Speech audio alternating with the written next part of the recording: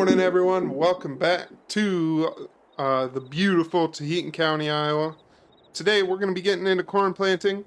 If you remember last episode, we spread some lime on our new rented ground over by our new acreage or new acreage site, I guess. And today, we're going to be getting into corn planting. Our cornfields are going to be this right over the road here. If I can.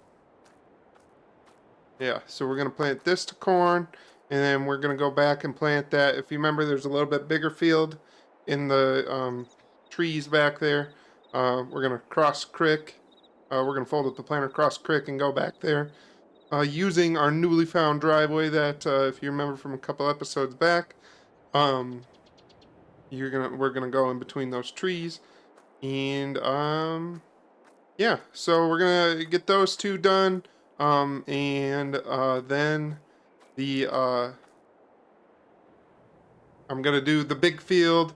Well, we're going to start the big field, but I don't know if you guys are going to be able to see that because I don't want to make this too long of a time lapse, but I've noticed that some of you guys like those long time lapses. Yeah. So, we'll jump in the 70, English is hard, 8330, sorry. I knew it wasn't. I'm sorry. Anyways, I'll go ahead and jump in the 8330. We're going to head across the road. We'll start planting. And with that, I hope you guys enjoy this time lapse of corn planting of this year's crop.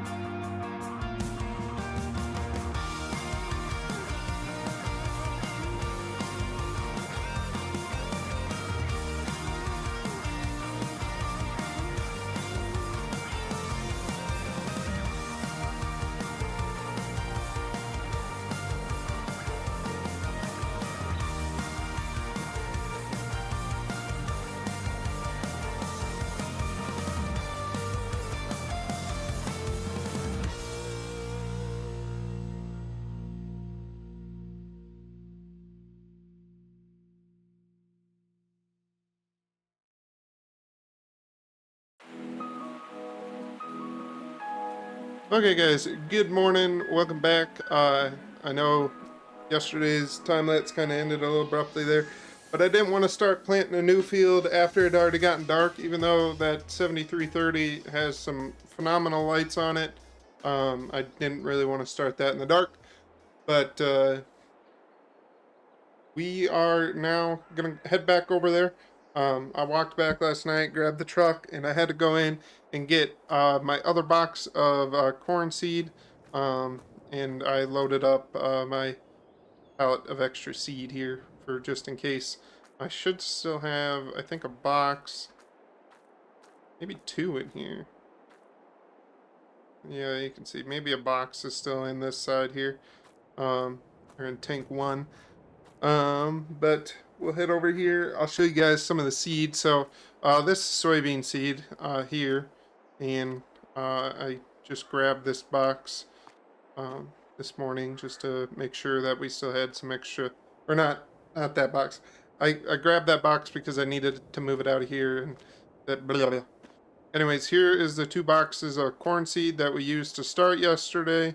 I took back two of my empties already, so these two are empty, but I took back the other two empties so I could pick up our other two boxes of seed that we're going to be trying in our other big field. We're trying an AgriGold number and Syngenta seeds, or NK seeds, whatever you call it.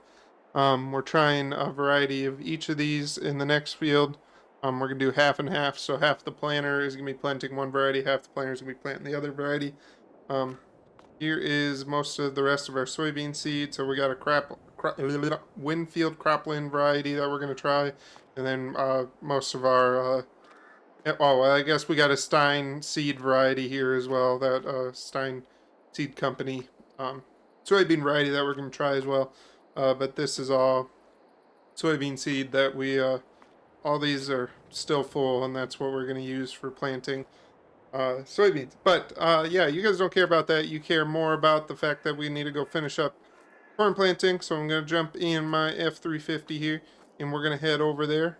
And I need to wash this. But we're going to head over to the other field there back in the trees, and we're going to go ahead and plant that to corn. And I was actually thinking about it now, and I think we might even plant that small field over by the new acreage. The one that we planted corn last year, I think we might plant that to corn again this year because I think we'll have enough seed to do it, but I'm not positive yet. We'll see how much seed I have left after this field, and we might run over there or and plant that too. But no, because we're doing the big field. I forgot about the big field. I'm dumb. Anyways, let's go ahead and jump in the F350. We're definitely going to plant that in this video for you guys.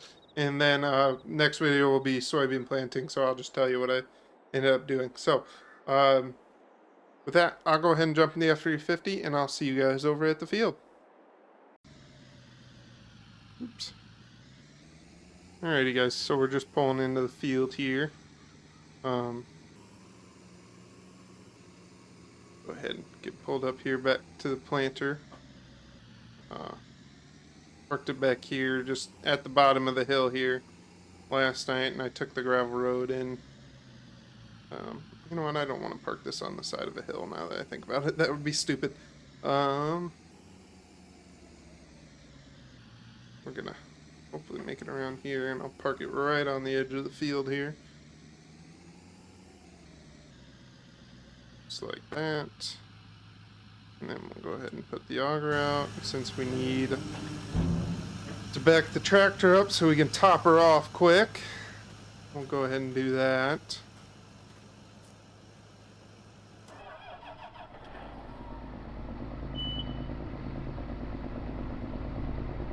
Wait a second, let her kind of warm up. We'll just drive slow over here to the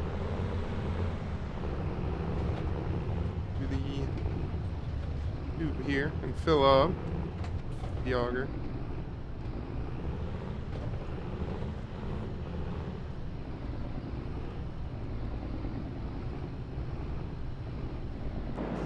Alrighty guys, so this is the field. If you remember, this is the field here that we rented for the last couple of years. We bought it last year, and this is actually the first year that we are farming it without any debt on it. So we are going to go ahead and plant our first corn crop that we are fully going to own on this field. And yeah, so that was probably a dumb little intro into replant or to planting again, since I hadn't talked to you guys after finishing planting yesterday, but is what it is.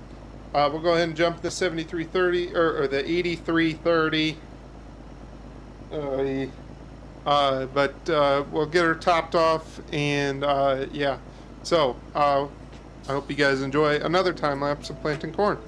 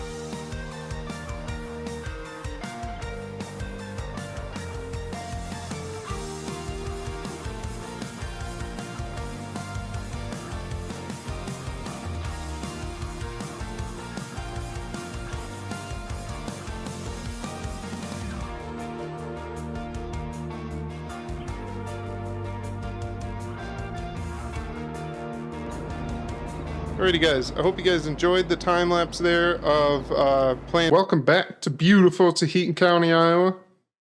Today we are going to be doing our soybean planting. So I got this planter all filled up. What the heck is... Anyways, I got the planter all filled up. We only got 3 fields of soybeans. We got this one. We got the small one on the other side of the trees, which I should have just put to corn since I'm... Anyways, I'll do that next year. But we are going to be planting the soybeans now. Like I said, we got this field, we got the small one over there, and then we got the one by the acreage, the new acreage. And yeah, so we're going to go ahead and get to planting. But first up, we got to run our tender back in to the seed house, just on the edge of... It's a brand new seed house, I guess, seed company. Or not seed company, but new dealer to the area, and we just been buying a bunch of our seed through there instead of through the co-ops recently.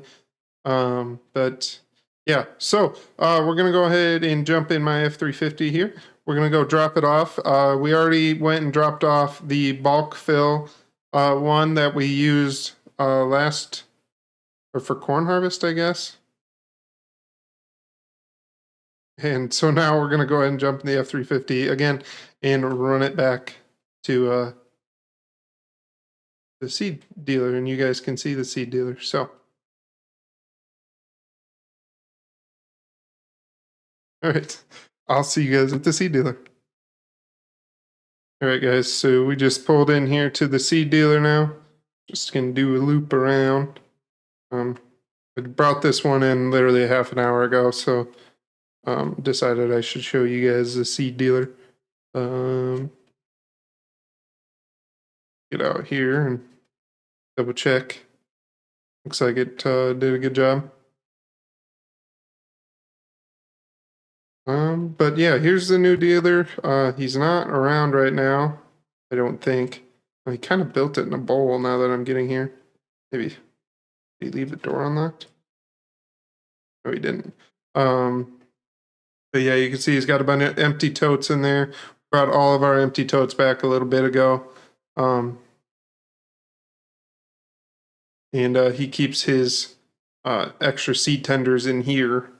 And some of his own personal stuff, I'm pretty sure. So, yeah. So this is a new seed dealer. This is a guy that we buy most of our seed from now. And probably will. I guess he's not new. He's a friend that I knew growing up, and yeah. So he's just got his dealership license and through Hefty and some other companies. Obviously, he sells Stein. He sells Syngenta NK soybeans, and he also sells Pioneer, but just not directly through him. He sells it to me through another dealer, but I just pick it up from him. So we'll go ahead and jump back in my truck now and head back to the yard, and then we'll get to planting.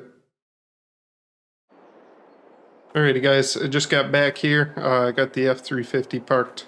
I did a little drive through the field just to see, make sure it was dry enough, but we're gonna go ahead and get to planting now. Need to wash it off, so I parked it outside. We got our whoopsies. That's not supposed to be there. I'll get that picked up here in a minute. We got our Chevy heavy duty hooked up to our tender here, our liquid tender. We're gonna start spraying here within the next episode or two. I'll probably do a bunch of my custom stuff before I start showing you guys. Actually, maybe even more than that. But well, I'll probably mix in my stuff with the custom stuff. So yeah. But yeah, let's go ahead and get to planting. am going to have to move this pallet because the 4760 is having a little bit of engine issues right now, and I got to do some work to her. Yeah, so we got to move the pallet without using our nice loader and forks. So I'll go ahead and get the pallet moved, and then you guys, the next thing you guys will see is the time lapse of soybean planting. So I hope you enjoy.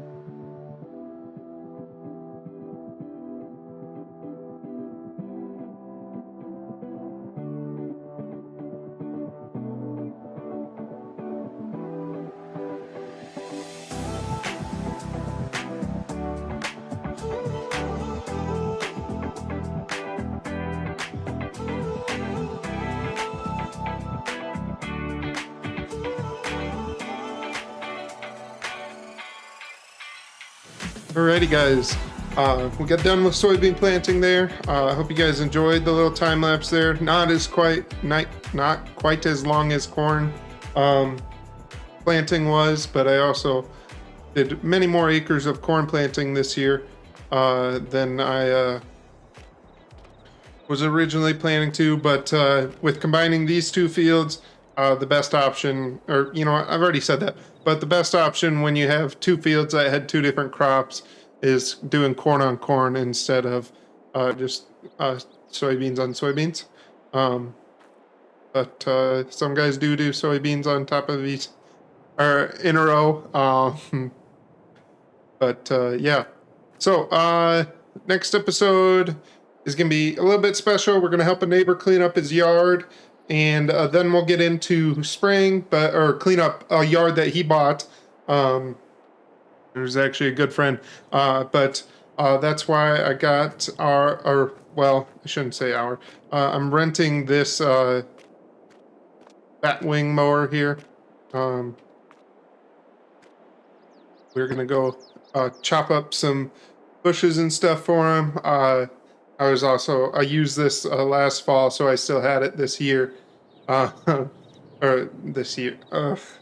It still had the number of the guy that I leased it from, is what I was trying to say. But yeah. Anyways, with that, that'll be the end of this episode. If you did enjoy, please do me a huge, huge favor. Leave a like down below. Subscribe if you're not. And I'll see you guys in the next one. And he did say there's a couple tractors in one of the sheds, and we can, if they both start, he wanted there's a case tractor in there, and he said if I wanted to, there's a white tractor in there. You know what? You'll see when we get there. I'll give you a little quick-ish tour, but he bought this place to buy the ground around it. But yeah, you'll see. So I'll go ahead and jump the 8310 here, and I'm gonna go ahead and start heading over there. I will see you guys over there. Stopped over at my buddy's place. He actually just lives right across the road here. In his family's house, that they have all these sheds here, and there's a couple cattle barns here. I think there's, yeah, you can kind of see the other one back there behind the house, but they have a whole bunch of cattle, and they own all the ground around here now. This was the only piece they didn't own. The old guy farmed up until 3 years ago, I think. Yeah, he had this ground all the way over to those terraces.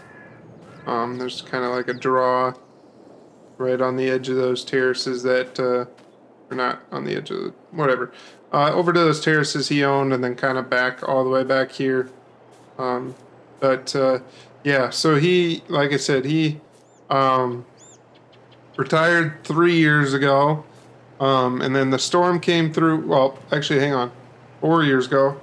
Then that storm, the one that destroyed my farm a couple years back now, came through, and it broke out every window in the house. So the guy moved into town, they've been, they were waiting. They were going to buy it from him, but then he passed a little bit sooner, so then they didn't get any of the equipment sold like they wanted to. And yeah, a whole bunch of stuff kind of happened, unfortunately. But then they just got my good buddy just got the ground bought, and which came with the acreage and all the equipment. And they've been recently trying to clean out the barn, and I think they did get all the barn cleaned out. Does this door open? No. I know one of these opens wide enough they could get a skid loader in it. Oh, that one. Yep. Alright, so yeah, as you guys can see, they got the barn all cleaned out.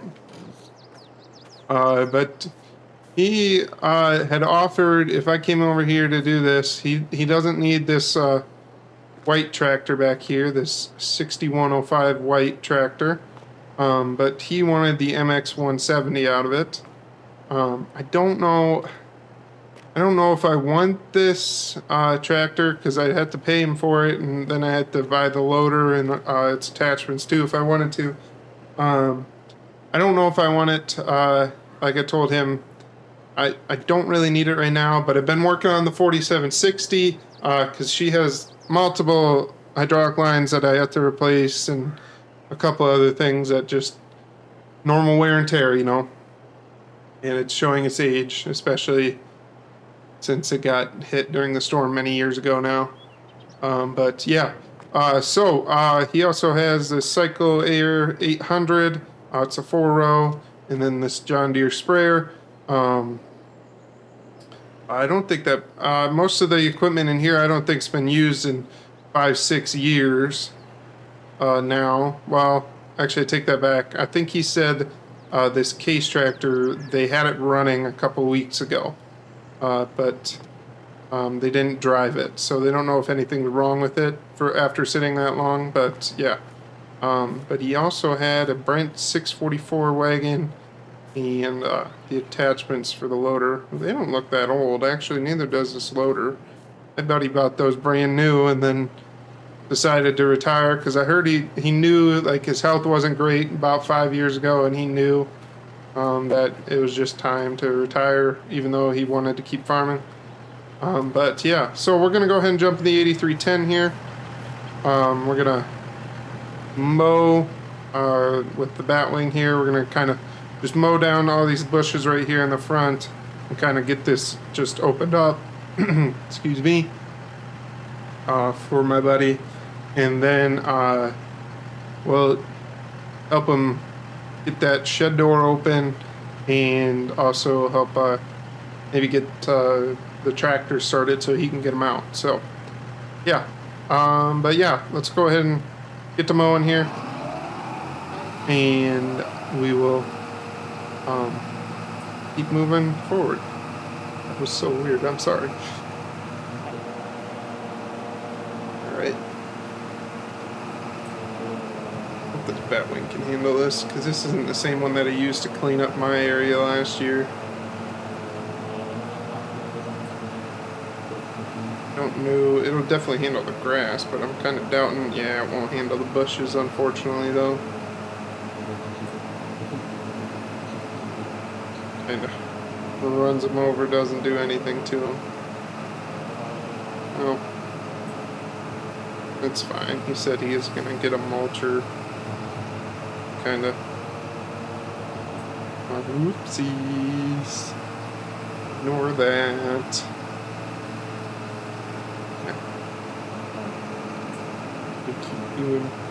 Do another loop or two. Batwing actually is way wider than you'd think once you actually get doing it.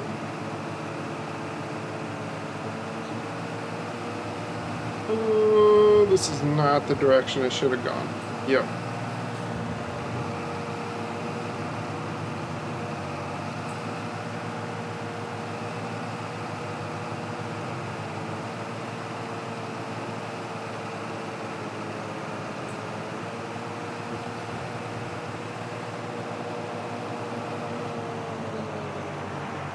Alright, go ahead and shut my tractor off, let her kind of just idle here. Or not idle, just let her cool down for a little while. We're going to go ahead and wander in here. I think he said the door was running. Or he knew it was working, but he just didn't open it when were working on this. Yep, there. I believe, I suppose they got the power turned back on after they bought the place. He said this was running good, so let's go ahead and see if she'll drive.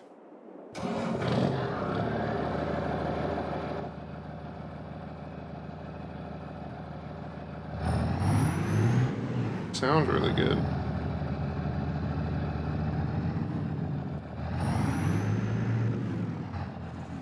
Oop. Well, probably not good for a diesel engine, just start and stop like that, but we'll just let her sit there. He said he didn't try this, but they changed out all the fluids in it. So I'm going to go ahead and hop in it. Door opens and closes really slow. Oh yeah. New battery and new fluids will do wonders. Turns pretty nice too, actually. I mean, this definitely wouldn't be a bad loader tractor.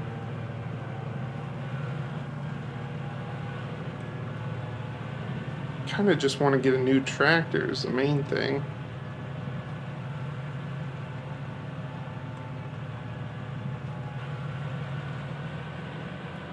Let's see if this loader will hook up easy enough.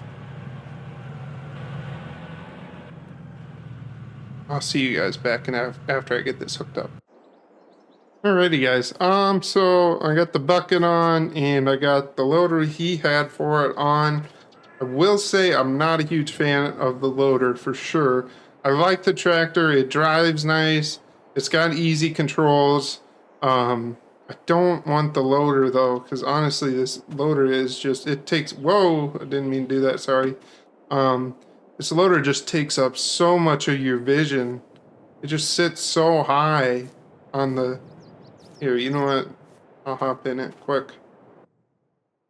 Just sits so high, like it takes up a quarter of the windshield on both sides.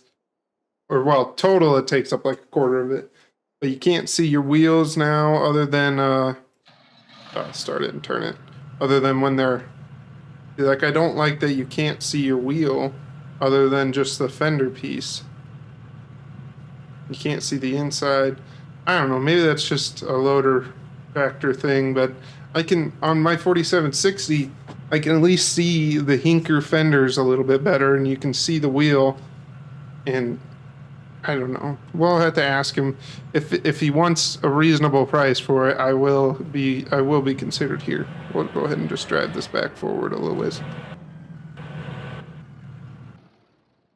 Better off. If he wants a reasonable enough price, I'll talk to him. But I don't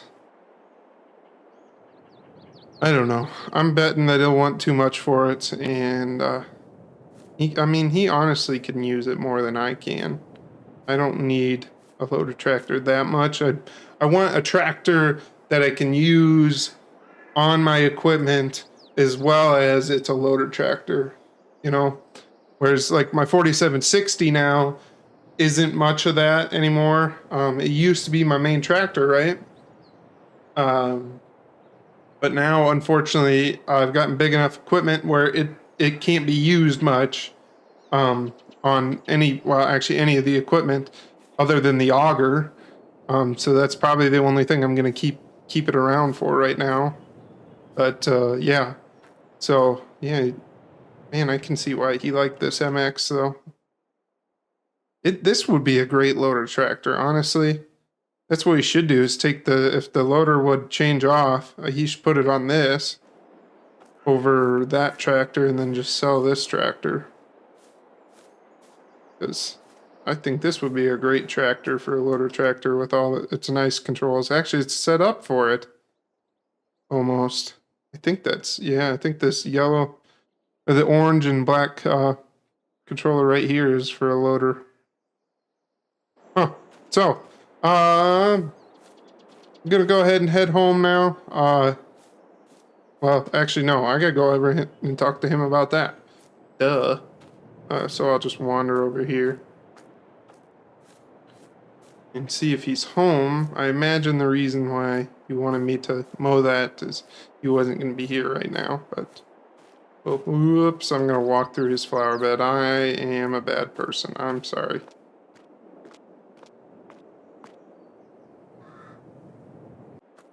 Alrighty, guys, so he wasn't home. His wife was, but he wasn't. So I gave him a call, asked him what he wanted for the tractor, and said if it's running good and everything with the loader, he was thinking about 25, which is about 15 more than I was kind of thinking for it right now. And I didn't tell him that it was out of my price range. I just said, I'm not really interested. If you're going to throw a good price, I'd be interested in it. But I did tell him, I think if he can get the loader off of this one, put it on his new tractor here and use this as his loader, I think that'd be a great tractor. But yeah, so we're going to go ahead and head home in the 8310. Yeah, we got to get to spraying today. So yeah, but we're gonna go ahead. That'll be the next episode. I know this was probably a little bit of a different episode than you guys are used to, or probably even like. But that's just kind of how it is. Sometimes we have other jobs, and I like showing the other jobs that we do around farming. But yeah, that's just how it works. I wanted to help this guy out because he's helped me out a couple times, especially when I was getting started. And his family obviously is a little bit more established in farming than I was when I was starting out. So he helped me out a ton and helped me get a job at the co-op there for a while. And yeah, so with that, that'll be the end of this episode. Like I said, sorry if you guys didn't like this. If you don't like this kind of comment or content, I'll leave it out. Just leave me a comment below, and we'll leave it out next time, or I'll leave it out next time. And then you guys don't have to watch all the other sides of farming, but yeah. So with that, if you did enjoy though, do me a huge favor, leave a like, subscribe. All right, guys. Yes, I had to stop there to make sure the camera hit record right as I'm pulling into my driveway and could have waited to do that. But good morning. Welcome back to beautiful Taheton County, Iowa.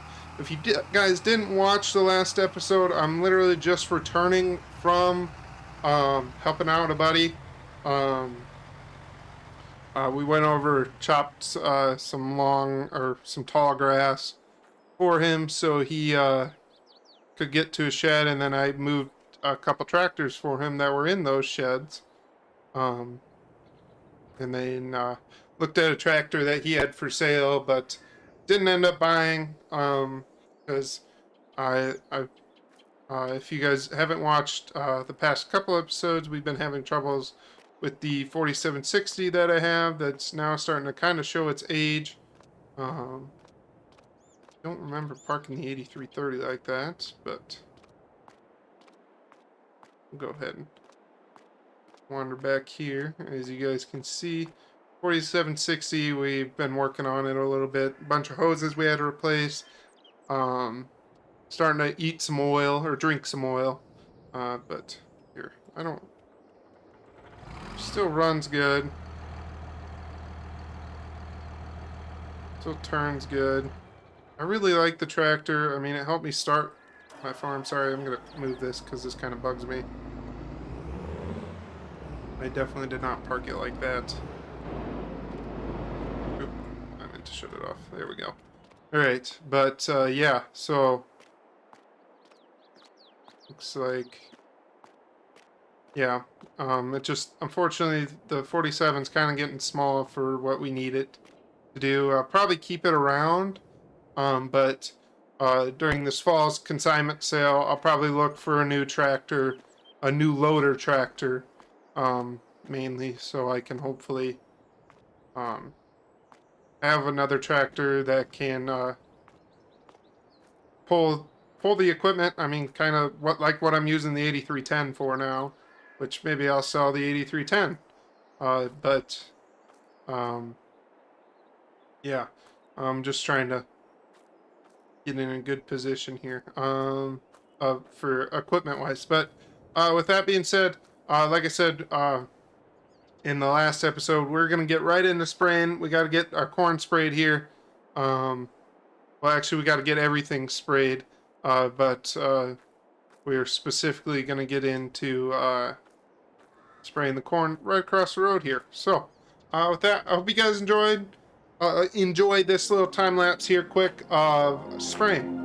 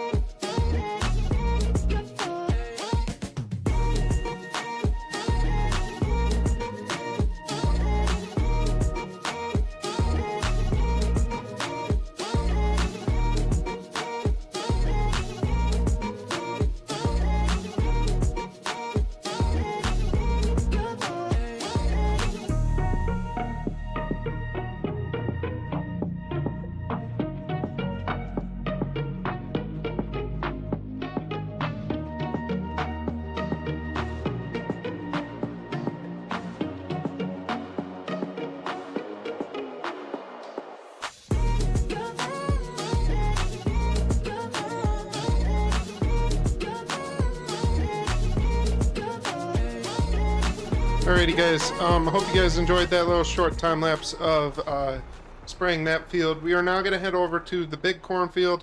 We only have one strip where we combine those two fields. Only that strip is at a point where we need to spray it. So we're going to go ahead and, excuse me, we're going to go ahead and head over there and we're going to spray that quick. And then that'll probably be the end of this episode. But before we head over there, I just want to say thank you guys for watching.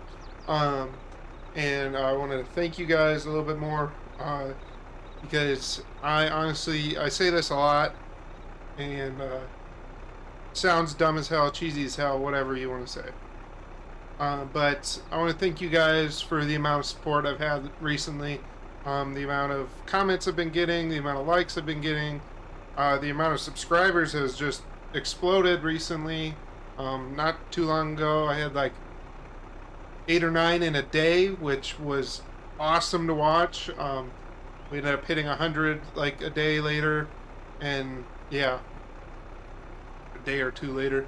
But yeah, I know you guys probably don't care. I just wanted to say thank you to you guys because without you guys subscribing, without you guys watching the videos, without you guys commenting every once in a while, without you guys subscribing, I really would have no motivation. But I really, well, obviously, because then it'd be doing nothing. But anyways, I really like making this content for you guys, and I really enjoy making this content for you guys. And I want to keep doing it. And every time I see another like, another subscribe, it gives you that little boost, gives me that little boost to hopefully get some more subscribers, and hopefully one day I can make this a full-time thing and be able to give you guys maybe a couple episodes a day, maybe even full-time 7 days a week of episodes, as well as maybe even live streaming every day of the week, something like that. That's kind of where I'm hoping it'll be here in the, I shouldn't say near future, but here in the future, I'm hoping that's where we're going to be at.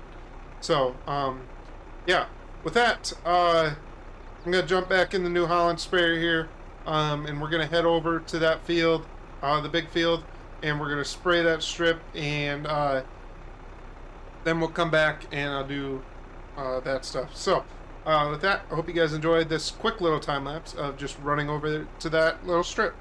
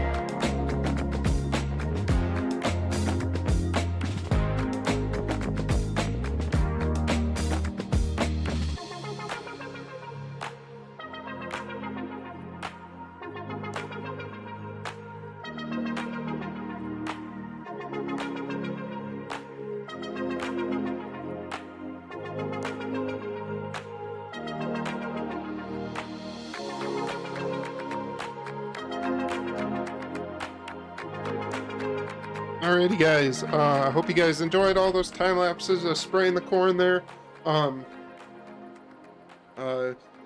Yeah, I don't know what else I was trying to say there. I know it's probably a little bit shorter episode here, but that's, I don't know, it's probably a little bit longer than I wanted it to, because I didn't know these sprayers only go 9 mile or 8 mile an hour when you're spraying. Because most sprayers go a little bit faster when you're going across the field.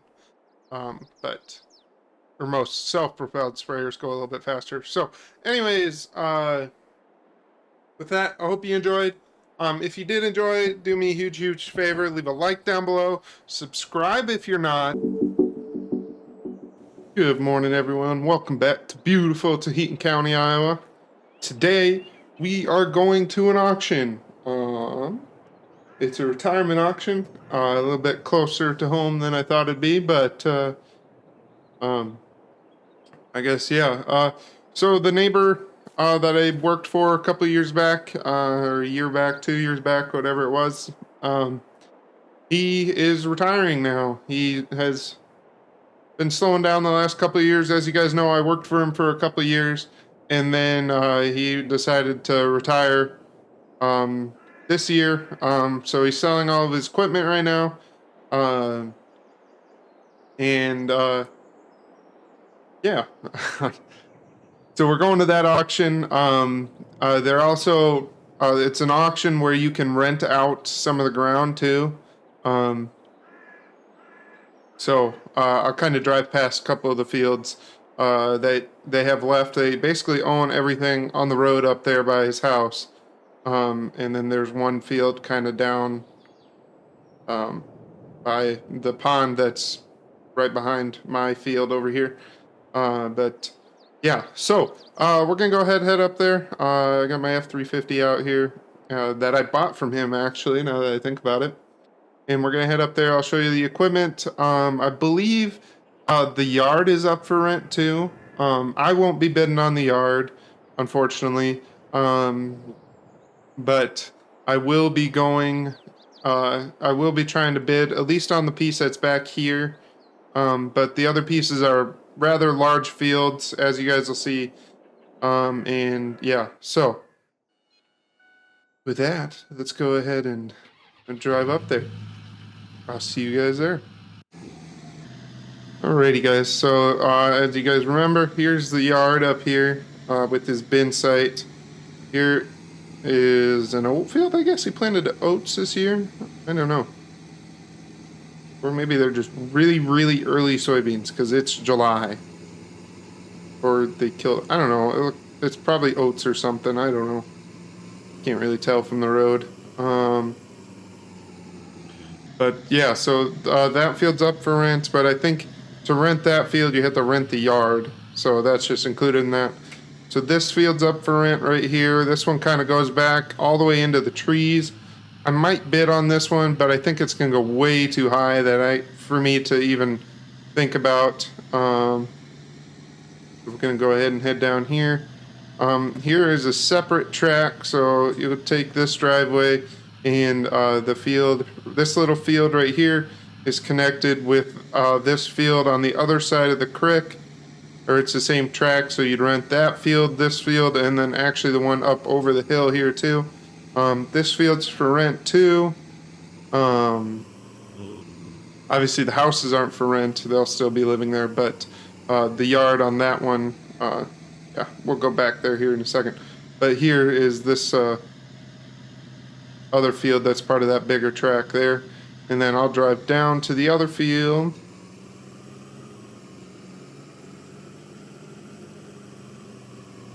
Oopsies. Pay attention while I'm driving. Sorry, guys. The other field is just down the way here a little bit.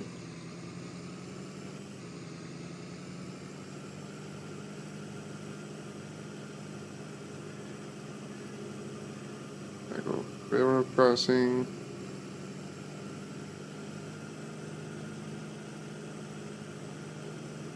So it's right up here. This little drive right here.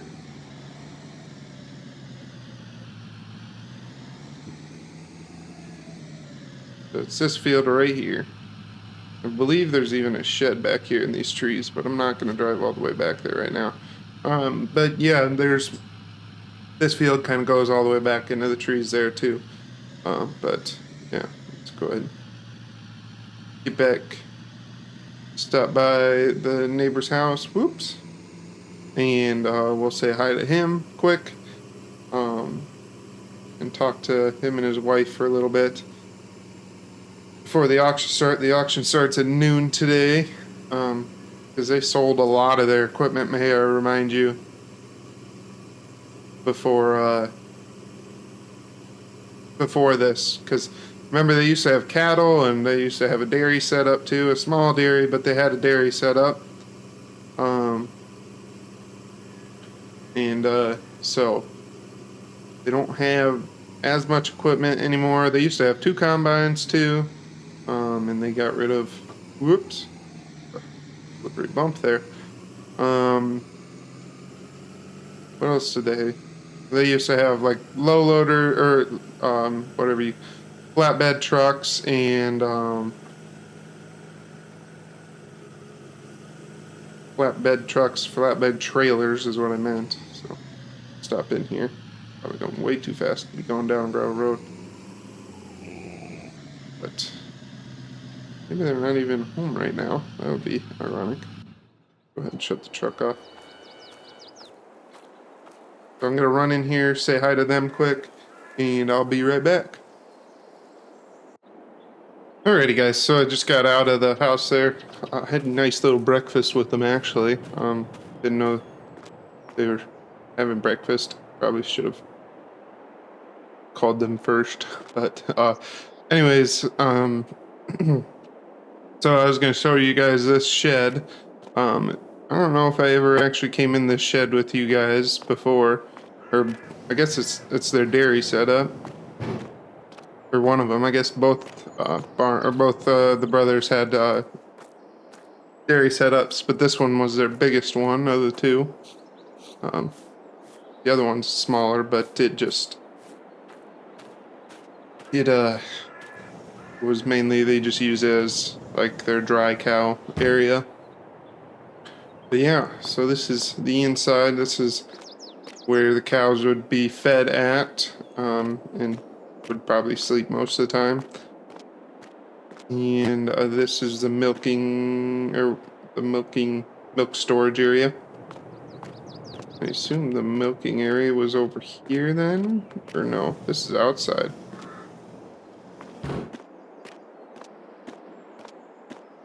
I know he said he hadn't milked in here in a long time, but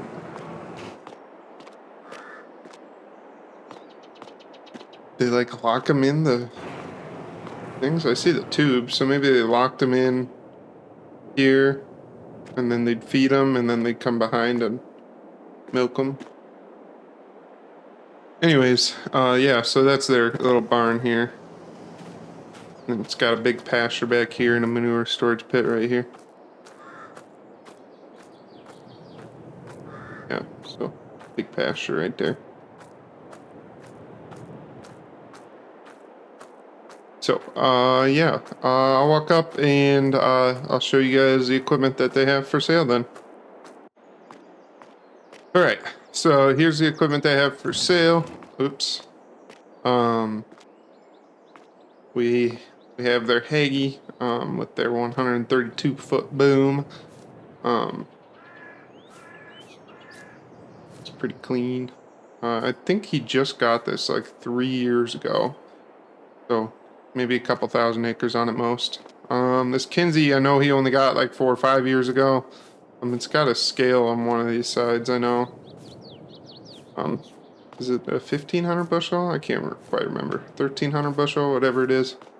Semi, I know it's a semi and about another half, so yeah. Then you got his honeybee, 40-foot head, flex draper style setup, but honeybee is one of the nicer ones. They contours to the ground a lot better than most, so yeah. Then we got a 16-row folding Capello corn head. And I think this is only, I was going to say I think it's only a couple, but I think it might be 7 or 8 years old now. This honeybee's about 10 years old maybe. But yeah. Then they have a 9250. I know this is 4 years old, 3 years old. It was brand new the first year that I used it. So that I was helping him. So 3-4 years ago now. Maybe 5. I don't know. Anyways, then you have his 2 international trucks. I would really love to buy one of these trucks today. in one of these trailers, but I think one of these trailers were, I think these trailers are going to go for too much because these are brand new. You guys remember he used to have like the decaled out Eggco trailers. He had two of them. And yeah, these are like a year old. So yeah. Then we got one of the trailers for flatbed trailers for fifth wheel plate. And or for yeah, pickups with a fifth wheel plate, and yeah, it's a flatbed. Then we got their Mendeco roller. I would really like to buy this, but I don't think I have a tractor big enough to haul it. And or to haul it, to pull it. Especially up my hill by my house there. That's yeah. So yeah. Anyways, we got their white planter that must have rolled down the hill a little bit in the wind that we had last night. 24 row. This thing will go 13 mile an hour through the field if you want it to, but yeah. So, maybe I should help them out before the auction starts and we'll move that a little bit. But yeah, then we got the case, Tiger Mate here. I love this thing. It was probably one of my favorite pieces of machinery. Looks like they just replaced the sweeps last year. Then we got their Diggleman Pro Till 40 foot, or not 40 foot. I don't know if it actually is 40 foot. Probably not. Obviously not. Never mind. It's definitely not 40 foot. I'm insane. But yeah, this thing is awesome. You can go. Well, the tractor that we had it on was like 12 mile an hour. Um, Actually, it was on the John Deere right there. And yeah. And then we had their shovel plow. Basically, the thing has a cultivator, just has tines that are a little bit deeper, a little bit bigger to actually plow the ground. So we got the John Deere 2410, and yeah. This is new to him, just a couple years ago, but it's a John Deere 9630. I think it's only. I think he only had it for 4 years, maybe 5 at most. And then we got two John Deere or John Deere. I am so sorry, Case. We got two Case road track 500s. They're the biggest road track that Case makes. One is widespread. That's the one that was on the planer. The other one's a little bit more of a narrow stance. So yeah. And then this is my grandpa's old 4020 that he actually bought on auction about 4 years ago. The same auction, actually, now that I think about it, that he bought the 9630 on. But yeah, looks like he's cleaned it up a bunch, done a bunch of repainting too, so that's nice. But yeah. So if you guys don't remember, I'll give you a little bit of backstory here. This is the neighbor that I used to work for. Yeah. So I used to help him out. He has this field. He used to own the fields across the road from me, but I just bought those from him a year or two ago. And then he even owned the two little fields, as I call them, on the backside. Now that I think about it, I should look at the bill of sale because I think there's another track right down the road from my other stuff that are right down the road from my small fields that's for sale too, or not for. Well, actually, no, those might be for sale. Maybe I need to go talk to them again, see if they'll sell me those. Anyways, but yeah, so this is the neighbor's bin site. And yeah, I think he said think he said it could hold around 8 million bushels. I could be wrong, because I think these two each hold 1.5. Or maybe 2, and then each of these hold 1.5. Which then would be 10 if I did the math right. 1.5 and 3, 4.5, 6. Yeah, so 10.5. Yeah, we'll go with that. I could be completely wrong, but yeah. So then he has this little walk-in shed, basically. I call it the walk-in shed. He used to have manure equipment when he had cattle. This would be where he parked it, so it'd at least get out of the weather. And, but not stink up the rest of his shop and shed. So, we'll wander in here. I don't think he'll be too mad. He's still got some tools in here yet, but... Oh, he's even got an herbicide tank yet, but... And some twine, even. Sorry he doesn't sell that today. But yeah, so here's his cold storage shed side. And then this was the shop side. You could easily go over here and work. There used to be a door here, but... I can't remember when... Something happened, like, I think one of the springs broke, so you know how garage doors, they have the big old springs on them? One of the springs broke, and it was going to cost more to get a new spring and put a new door on. He's like, you know what, I don't even care that much. I am perfectly fine with, sorry about that. I am perfectly fine, not replacing the door, so, yeah. But yeah, well, with that, I think, yeah, he's got a liquid tank here, diesel tank here.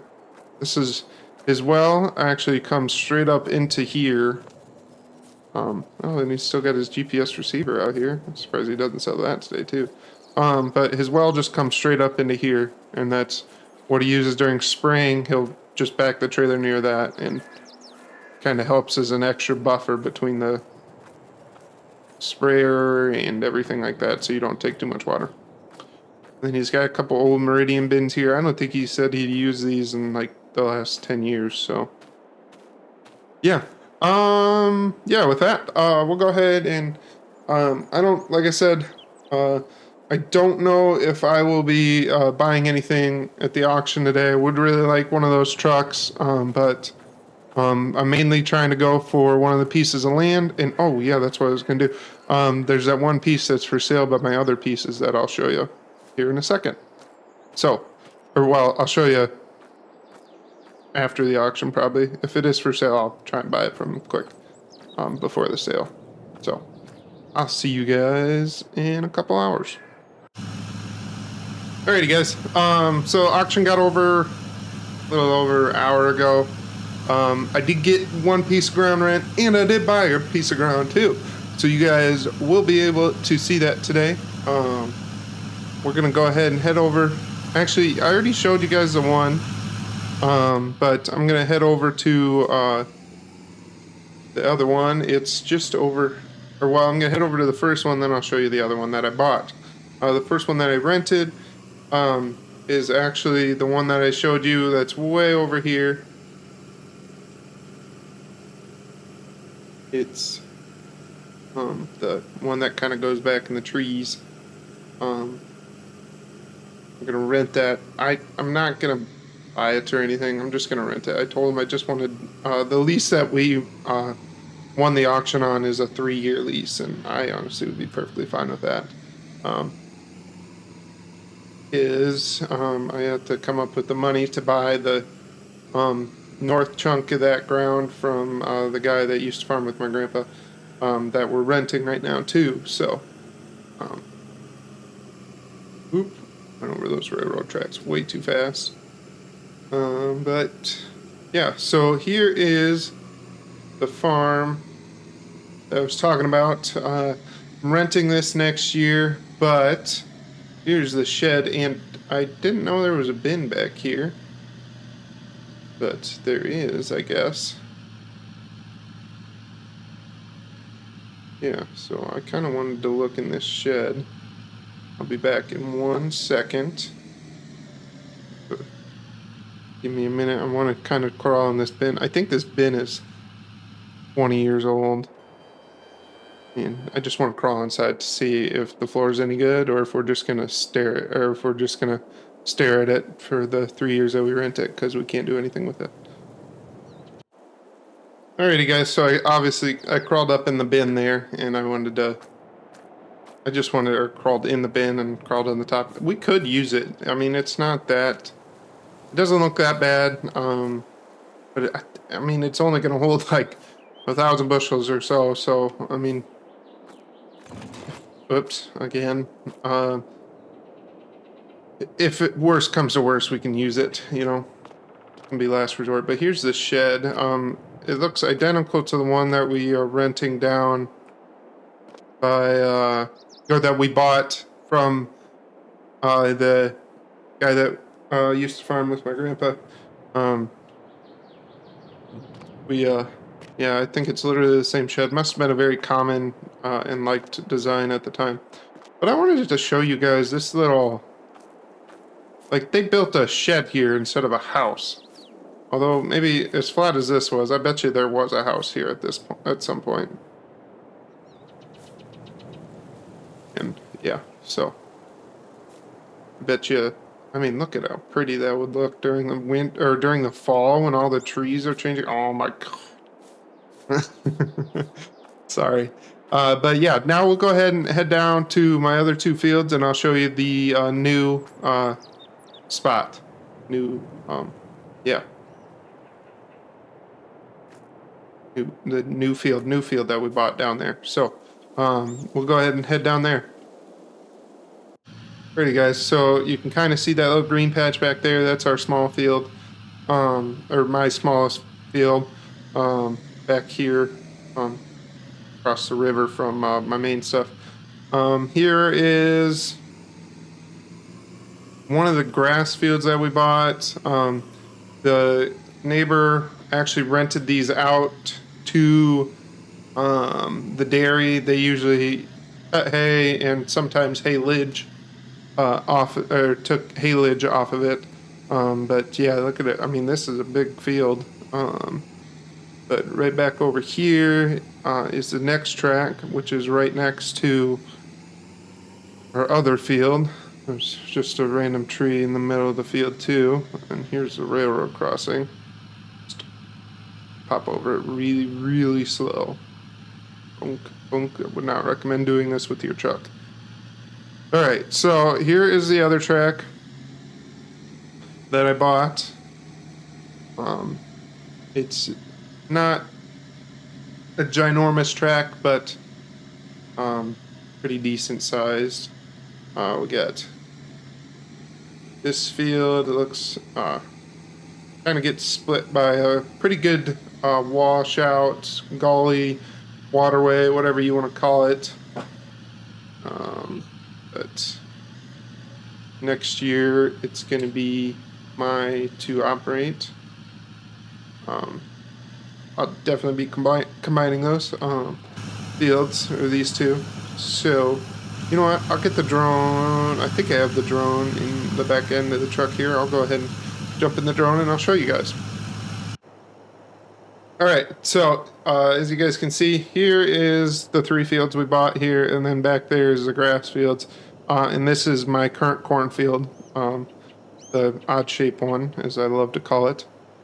But, so we have these 2. Like I said, I think I'm going to combine those, and then these 2. So this big washout or waterway is what I was talking about. It splits those 2 fields. But, yeah. So, that's the new ground that we'll be picking up next year. The hay fields we can actually cut, because it is mid-July. We can actually cut this hay if we wanted to. I don't know if I will this year. Probably next year. But, or definitely next year. But this year, probably not. I might even try to farm it next year. Excuse me. So we can get a little bit more crop ground, because crops make a little bit more than hay, but So I'll head back over to my truck now. And there's a beautiful Taheton County, or Taheton, Iowa, right there, as you can see in the distance. And I'll head back to my yard and I'll show you guys what I bought. All right, guys. So I got back to the house here. Didn't buy the trucks that I was talking about, but I did buy one piece of equipment on the sale, like I said, and that was my grandpa's 4020. I mainly bought it just because I wanted a tractor for the auger during the fall, because I'm pretty sure we're going to be selling the 4760 on this year's retirement sale, or the consignment sale, not retirement sale, obviously. But yeah, which I'm really sad to be selling this, but she's just showing her age, and I've now had it for 7 years, so yeah. And well, my grandpa actually had it for 10 years before I bought it from him, so, or, and no, he actually had it for more than that, because he would have had it for 17 years, because he bought it in the year 2000, so, yeah.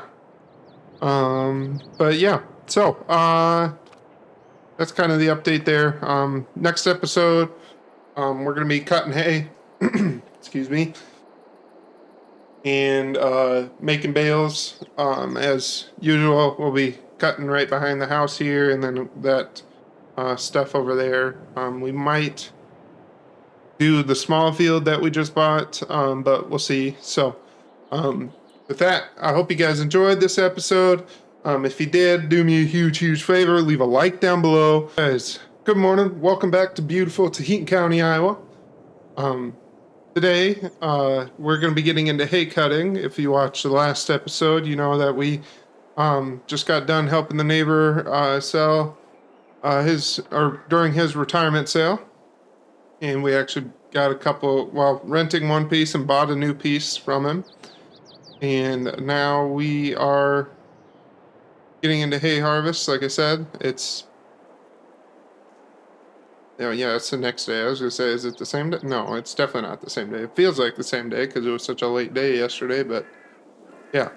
So, yeah, with that, I'm gonna go ahead and jump in the 8330. We're gonna cut the little patch right here behind the yard and then get the other patches. You guys will see all that. Then we got the 8310 hooked up to the rake, and we'll get that, we'll get going with that raking, and then when we get done mowing, we'll come back, get the probably unhook the 8310, even though it's a real pain to unhook this mower sometimes. I would like the 8310 or 8330 on the baler, and then the 8310 will be on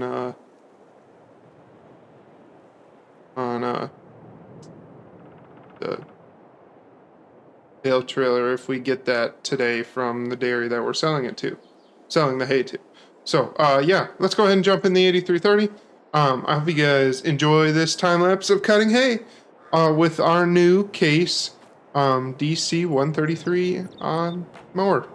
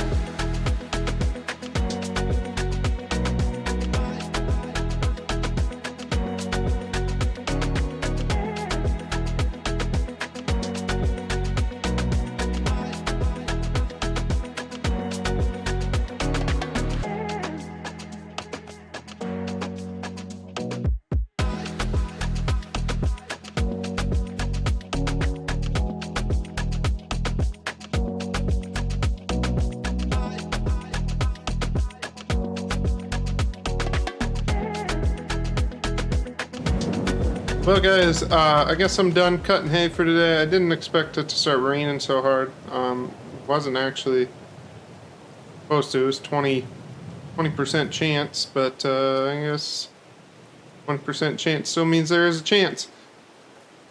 So that'll probably do it for today. Not for this episode. I'll continue it tomorrow, but yeah, it'll be tomorrow for me, but you guys, it'll be the same episode. So with that, I'll see you guys in the morning. Okay, guys. Good afternoon, I guess. It's been about 2 days since I talked to you last. As you can see, it almost started raining again today. But the grass should be dry enough now for us to go ahead and go rake it. We're going to rake it and bale it today. That's what the dairy just wants grass bales. They don't need hay bales, so we're just going to rake it and bale it quick. But yeah, so I'm going to go ahead and jump in the 8310 here, rake it up, and then I got, with that nice 2-3 day break, or 2.5 day break, I got the 8310 unhooked from the mower there and hooked up to the 690 square baler. So we're going to go ahead and get everything raked and baled this afternoon, and then we will see if the dairy has the bale loader available, the automatic bale loader, and if they do, that'd be awesome. But yeah, we can get them picked up today for them, but if not, then it's fine. So with that, I'm going to go ahead and get to moving here, and I hope you guys enjoy these time lapses of baling.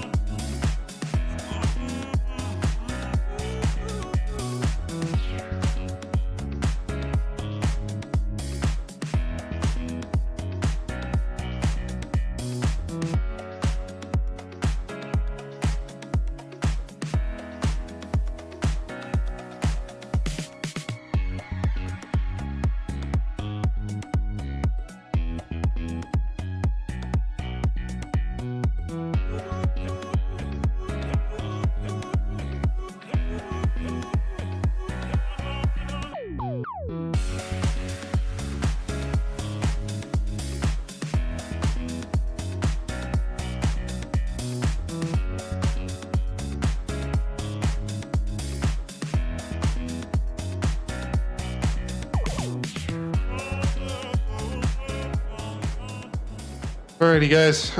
So as you guys saw there, we got done. I left the door open again. We got done raking and baling there. So we're gonna drive over here. I got the baler washed off a little bit, but we're gonna drive over, see if the dairy has their. Well, actually, you know what? I can just call them now that I think about it, rather than drive over. I'm a dummy. Yeah, I'll just call them and see if they have the bale picker up or the bale loader, and see if they are available, if it's available. But yeah, so good morning, everyone. Welcome back to beautiful Taheton County, Iowa. Today we are getting into harvest. We're starting soybean harvest today. We don't have many acres of soybeans. I'm gonna shut these doors quick. There we go. We were getting I was getting all the equipment out this morning, so oops. There we go. Last one. Yep.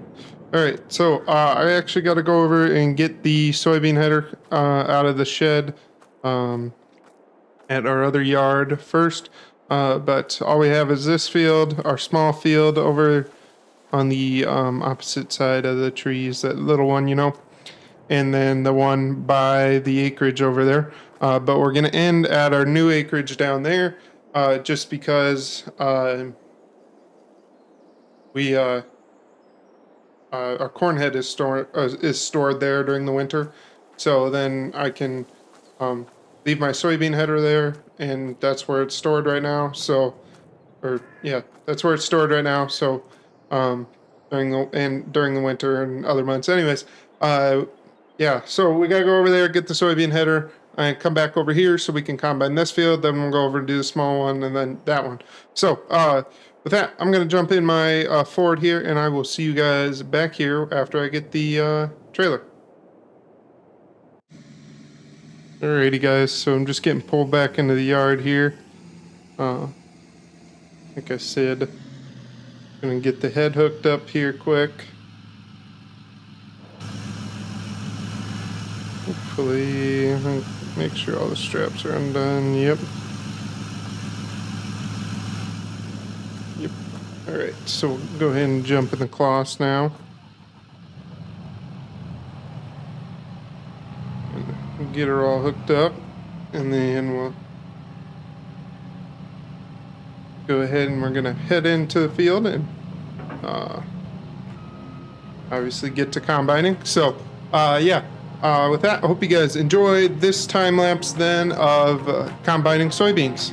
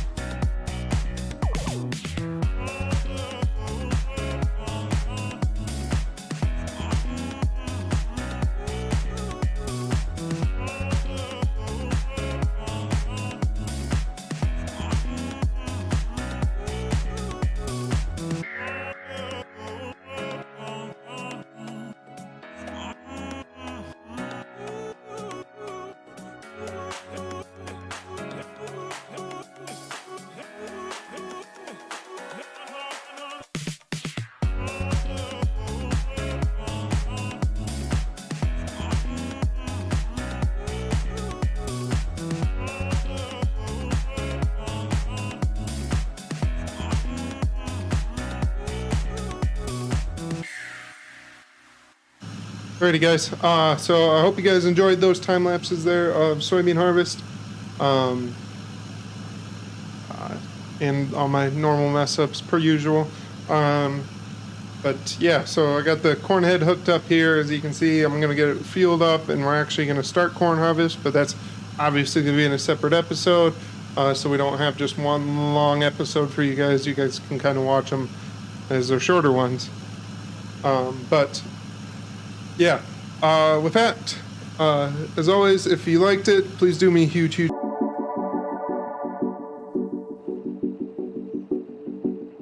All right, guys, welcome back to beautiful Taheton County, Iowa. And today we're getting into corn harvest. If you guys if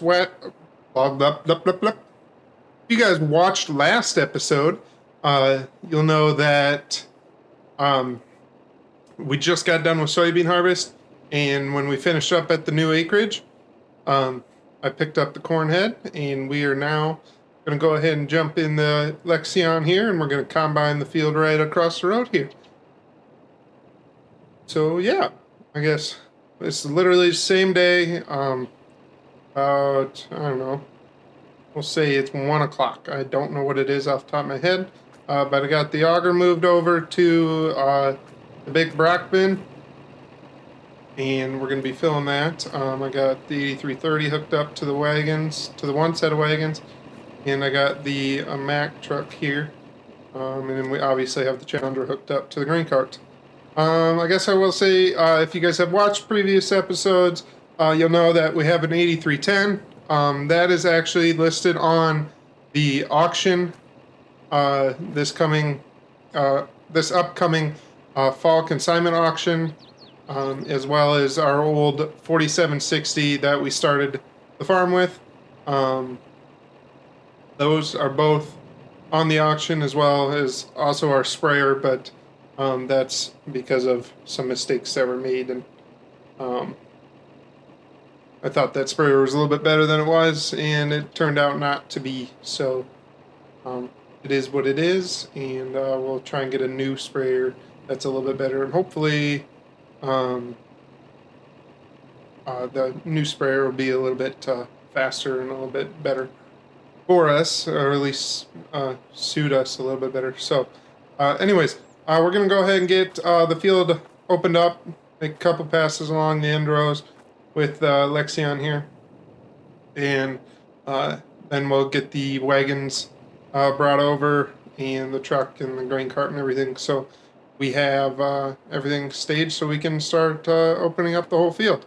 So, yeah, with that, I'll go ahead and jump in the Lexion here and do a little time lapse for you guys of opening up the field.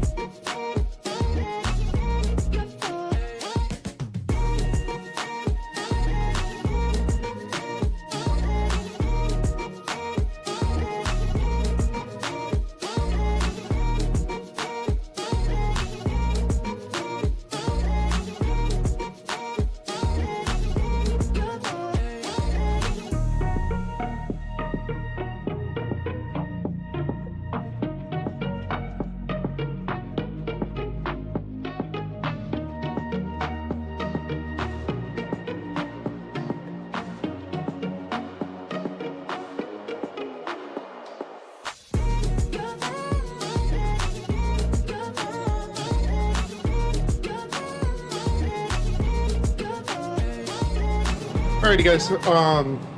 So I said there that, that I was going to show you guys opening up the field. I realized that honestly, I was originally just going to do the whole field as a time lapse. And then I was like, oh wait, yeah, I said that. But yeah, we got all the wagons out here now, the truck, and the grain cart. So we're gonna go ahead and get moving. If I gotta unload the wagons a couple times, I gotta unload the wagons a couple times. But yeah, so we'll go ahead and jump in the Lexion here, and this will be the whole time lapse here of combining this field. I think in this episode we might even go over and do the smaller field on the other side of the trees over there.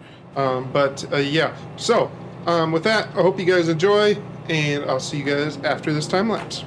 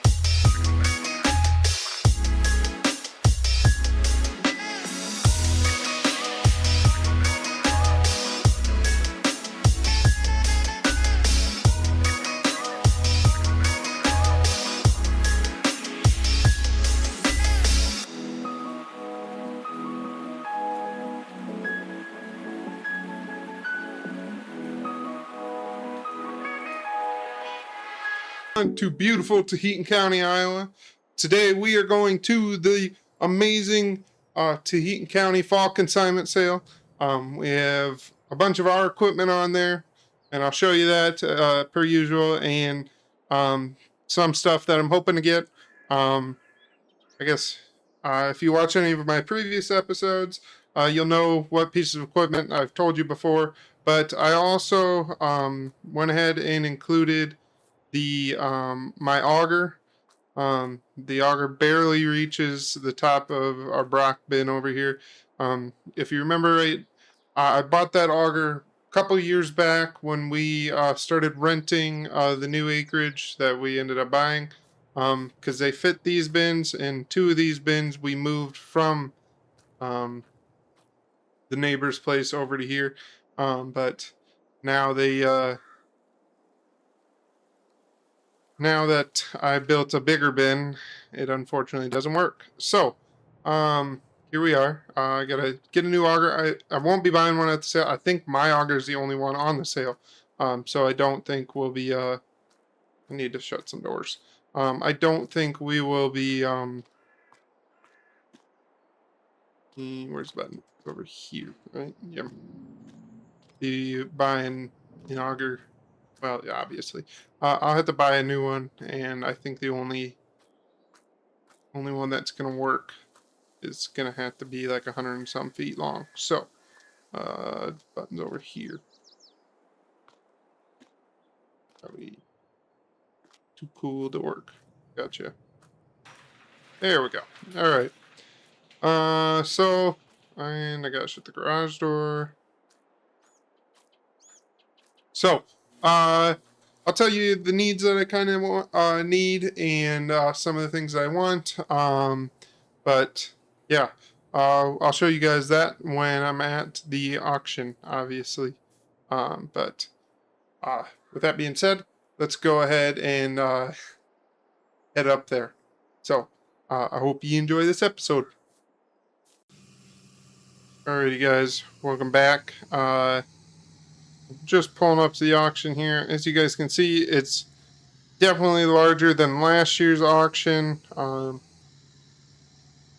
which I think now they're even I think they let some of the dealerships sell some equipment on it, so that helped uh, make the auction a little bit bigger. But they even are making us park across the street in this lot that they bought to store equipment before the auction while they're waiting for the guy that rents the field to harvest his, I think it was soybeans this year. But now they're making us park in it. Oh, everyone's backed in. Oh, jeez. Peer pressure.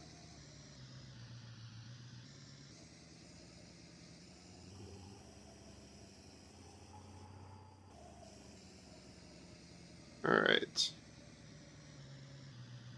Oh, I definitely left way too much room, but I don't really care. So I'll go ahead and walk across the street and get checked in and everything. Get my, ooh, nice side-by-side. And get my equipment, or make sure all my equipment is listed, and make sure they're all happy with that stuff. But I'll go ahead and wander in there, and I'll see you guys for the tour. Alrighty, guys. So this year's auction's so big they even wrapped some things around the buildings. Normally they kind of avoid going around the buildings, just so if other people have stuff inside or if they need to get the planes out, which normally they don't this time of year. But anyways, they got some tractor loaders here,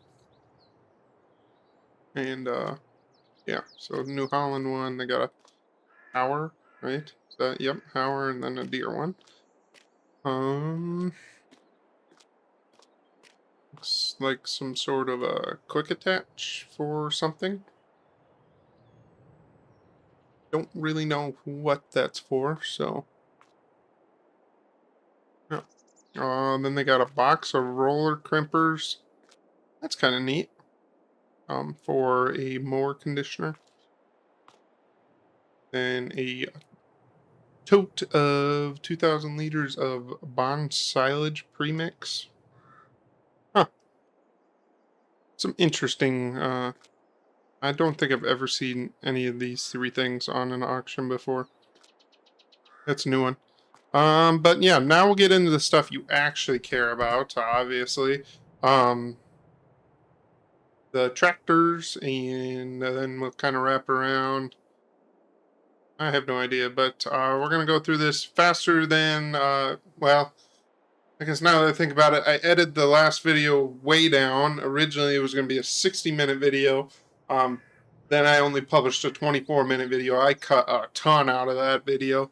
But I'll try to go through this a little bit faster so don't look like a bumbling idiot for 35 minutes, 45 minutes. Actually, who am I kidding? It's to be like 60 minutes. Anyways, let's go ahead and get going then, because I'm already a bumbling idiot. We got a Massey 5S 105. It'd be a nice loader tractor, which I should back up, specify what I'm looking for.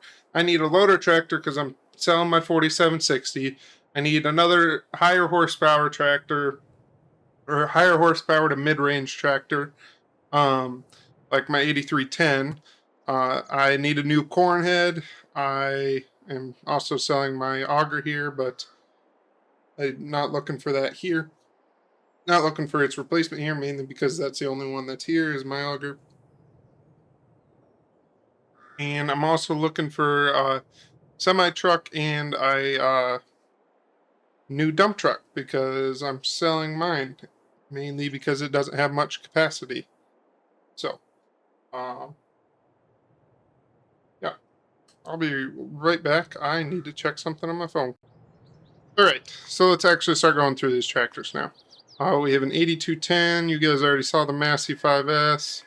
I'm not really interested in just a front wheel or a two-wheel drive tractor here. We got a 9RT 570. Not interested in it. We got a 7250. Haven't seen one of these. Looks like it was part of a fleet because it's got a fleet number there. Got an old Cat 75C. We got a New Holland combine, ER86. We got a fully electric telehandler. I mean, that's neat, but obviously I don't have a need for that. We got a 7810. Like I said, don't want just a two-wheel drive tractor. Unless it was my loader tractor, but I don't really like how these tractors kind of look. That sounds dumb, but there's some 7Rs on here. That's mainly what I'm looking at for loader tractors. We got a Massey. Right? That's Massey? No, that's not Massey at all. I just saw the stripe and thought it was. I'm a dummy. We got a Farzin 626 Classic Teleskid. I don't know anything about that, sorry. We got a 115 Maxim. Doesn't have any loader attachment or anything. It's interesting, but made cool, but not interested. We got a 9630T track. John Deere tractor. Oh, it doesn't have 3-point, but the older version of the RTs, the 9RTs, early 2000s version, I guess I should say. 86, 863 Bobcat teleskid, jeez. Just skid loader. I'm dumb. Anyways, we got a case. Wheel loader, not interested. Here's where we kind of start to get into some of the tractors I'm interested in. We got an 8430. That was part of a fleet, apparently. Wow, they had 9 of these? Jeez. I know there's a couple more over on the other side that I'm interested in. So, or over there, but you'll see. We got an 8430T track, just like the one that I just leased for a year, and then we had to sell. Or then the landlord or the guy that I was renting it from sold it, and I was fine with that. Because then I got the opportunity to buy my Challenger. So 8R 410 next to that. Then we got a 9560R on triples, which is really neat looking, but I'm not interested in it. Here is one of the 7Rs. I'm pretty sure the other one's right on the other side there. It's got the loader attachment. I already got back wheel rates. Back wheel rates. Weights. Anyways, yeah. So I don't remember because I think they're almost identical. One's a 350. Okay. One of them has less hours. I think it is this one than the other one. But yeah, anyways, there's a versatile 620 Delta track in between it. Then we got a international 1420 combine. Interesting. Obviously not interested in that. Don't need a new combine right now. Need a, or I'm looking at, I'm not looking at, blah, blah, blah. Next up is this 9470 RT tractor.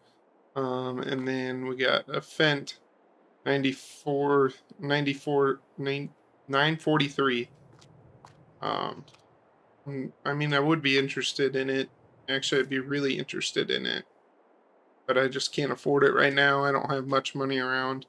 I'm already going to have to sell most of my grain that I just put into the bin here in December just to help pay for a lot of this. So, got a twin rotor New Holland. I assume it's a 9 something, 9T or whatever or 8T, whatever their combine series is. Sorry. Not interested in it, obviously, but we got a John Deere windrower. It's a 260. Here's the CR 9.90. That's what it was. There you go. Happy. Then we got a 7630 tractor next to the windrower.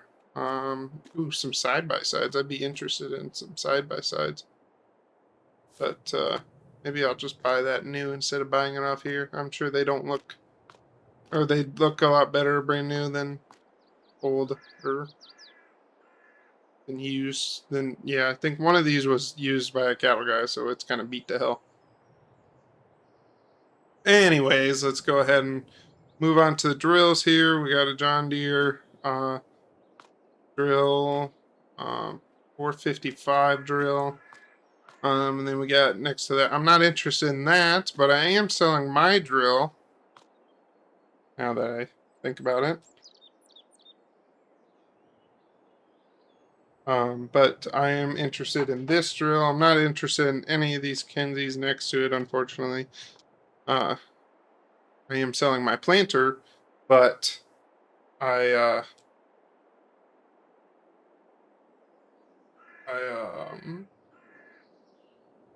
not interested in a Kenzie. I'm just going to look at the case ones that are right over here. Anyways, I'm interested in this drill if it goes for the right price. We'll see. But here's my drill that's for sale right next to another Kinsey.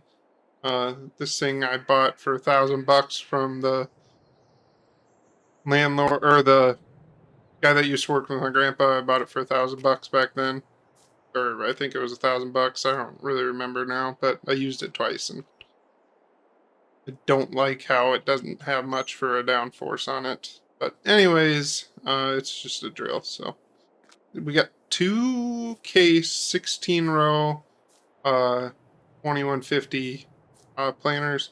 I'm interested in either one of them. This one just has more liquid fertilizer on it, but I'd take whichever one goes for the cheapest price. Right next to that, we got a white planter that's got a mind of its own and is kind of moving a little bit. Anyways, 24 row, just like the one that my neighbor sold on his retirement sale earlier this year. We got a Fendt Momentum right next to John Deere 1770 NT 24 row planter. I would be kind of interested in that, but the case ones are going to go first, so I would prefer to get one of the case ones, honestly, because I can go around the corner to the case dealership. Another Fendt. Nope, this is a Massey momentum planter. You can tell by the wheels are a different color. The Fendt is a red, and then the Massey is the gray. We got a John Deere 36 row planter right next to that, and then we got a turbo chisel by who makes these again? Why do I always blank on their name just because I don't see them every day around me? Oh, whatever.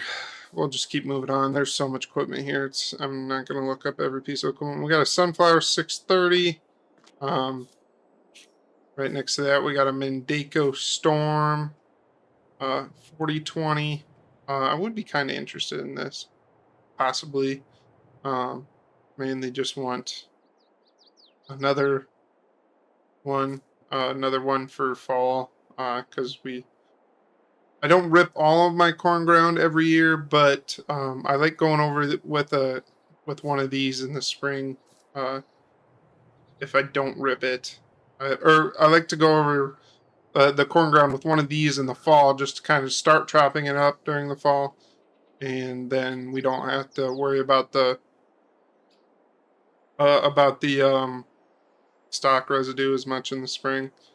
Um, but yeah, I would like a second one just to have a different setting than the one that I have, uh, than the Landall one that I have right now. Right next to that, we got a sunflower cultivator just like mine.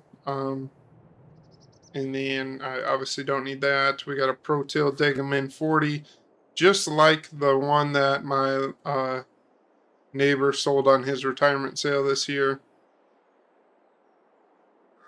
Not interested. Don't have a high enough horsepower tractor. Then we also got a Landall just like the one I have. Landall disc finisher.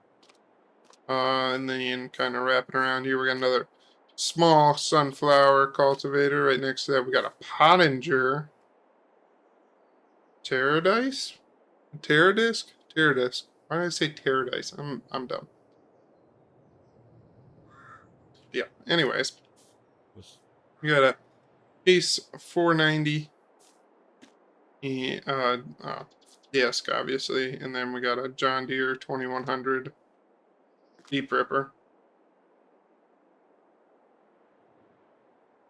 And then we got a Kuhn cultivator here.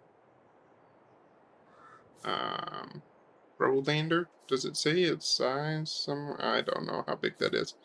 I'm gonna go back.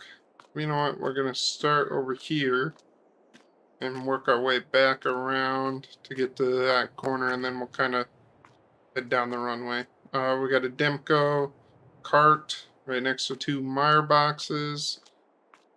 I guess I also should say I'm selling my grain cart on here, but I'm hoping to get a semi or a trailer, but just because I don't really need a grain cart.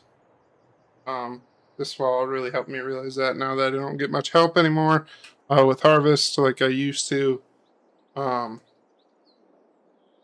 we so I just fill up on the ends, and yeah. Anyways, we got a Demco trailer here. Looks like it's seen better days. Some faded paint there. We got a, what are these called? What do they call these? Buggy? I don't know. The hopper bottom that is just pulled with a dolly instead. We got a Parker wagon here. Just a little 200 bushel maybe. Then we got an end dump trailer here for, like it's a Mack trailer. For silage usually is what the guys use that for. We got another Demco trailer here, and then 3 Mowers that look identical to the Demcos, but different tags on them. I bet you they're all made in the same place. Anyways, but yeah, I will be looking at one of these. If I can get one of these, I'll be really happy. But yeah. Anyways, we got a milk hauler here. Right next to that, we got a Kenzie 850 cart. If it went for stupid cheap, I'd be interested in it, but I don't really need a cart anymore, is what I said already. But if it went for stupid cheap, I'd be interested. I got another silage trailer, that end dump trailer. Um, and we got 1, 2, 3 Wilsons here. And then we got another Easy Trail cart, another Kinsey cart, another Demco, or nope, Easy Trail cart, sorry, and then an Easy Trail wagon. I would be kind of interested in this. I would like another one just to have around. Um, but we'll see. We got a upper bottom that you could put another trailer on the back if you wanted to, which is neat, but I don't have another trailer to put on the back. So anyways, we got two. I think they mainly use these as bale trailers, which would be really nice. Instead of having to wait on getting one rented from or not renting it, but using the one that the dairy provides, it would be nice to have my own, just so I can load it up and move it to easier spots. So when they come pick it up, it's nice for them. But yeah, we got a Pottinger tedder. Big gap here. Must have been something here that they sold beforehand. We got a Kuhn windrower.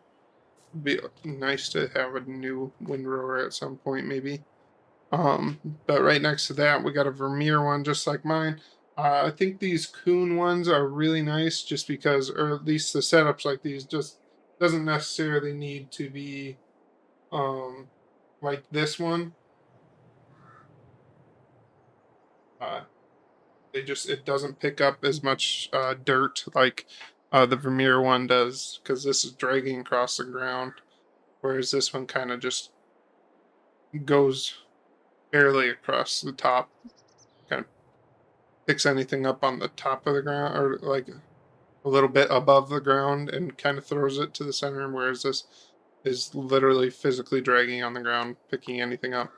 Anyways, right next to that, we got a 560M baler, and then a Fendt baler, Fendt big square, got a or a, yeah, windrower mower head for, I think, an Agco by the looks of it. We got a Kuhn GMD 3511. Got another Kuhn two-wing one. I don't know. John Deere Moco. Here is the oh yeah, they call them mergers. Merger Max 950. These are supposed to be really good for not picking up like any dirt. And then combining them into nice rows. The dairy has one like this, and they keep offering that they'd rent it out to me, but I don't really want to rent it. You know what I mean? I'd rather have my own, but I'm not gonna buy it because these things cost crazy amounts of money. Anyways, a bunch of round balers here. We got a Vicon, we got a Massey, we got a New Holland, Pottinger, another Massey, and a Case.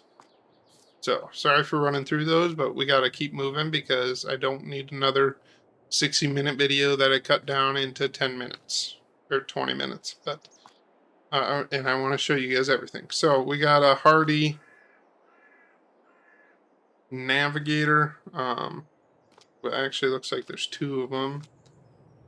I don't know what the difference is. And then you got an Umberfirth Nutramax bar, I'm pretty sure is what they're called. It's kind of interesting. It would be kind of nice to have one, just because I want to do more custom work, but that is kind of hard to do sometimes, but that would be nice as a little added summer thing. Some guys don't like. I was doing some of the side dressing spraying this fall or this summer. Some guys like it actually knifed in though, so um, maybe we'll think about it, but that would have to be at a later date when I get more business. And then we got a Vermeer tedder just like mine. Then another tedder that's a cloth style. And then another Kuhn GMD 3511 mower. And then we got a, well, I don't know what the name of this one is unless it was right there. It's right in front of me. It's Kubota. Kubota tedder. This rake I'm interested in. It's a Krone Swadro ST 970. It's cheaper than the Merge Max on the other side, but this would fit my operations a little bit better. My operation a little bit better than the Merge Max would.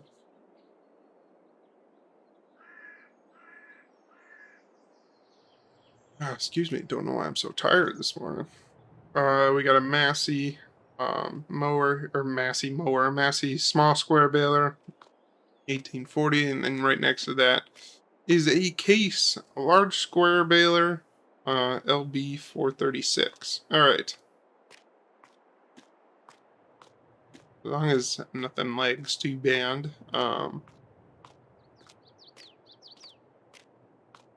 We'll keep going here. Right on the other side here, there's a GMC truck. An old, is it? Oh, it is an actual semi. I thought it was the one that just has a flat box on the back, or a flat top on the back. And then there's a Row Track 420 right next to that. I would be interested, but I'm guessing they're going to be way higher than the $200,000 that I have available. And really, there's very few things that this would actually fit application-wise for me right now on my farm. You got a Kubota M7 132. Would be kind of interested, but I don't know. I don't know much about Kubota. Next to that, you got a Max semi truck. And then you got an M8 188. I'd be more interested in this one because it's more horsepower than that one, but we'll see. Probably won't because I really would like to either keep it Deere or Case right now, or AGCO, which the AGCO dealer also sells Kubota, but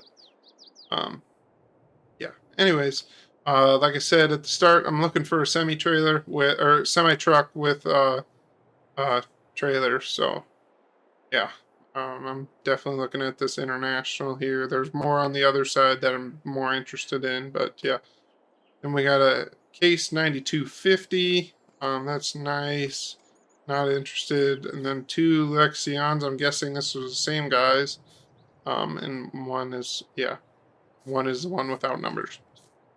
Anyways, both the same thing. Other side, you got manure tank, manure knife that goes on the back of manure tank, manure spreader, cattle feed mixer. I guess I could mix any feed, just usually does cattle.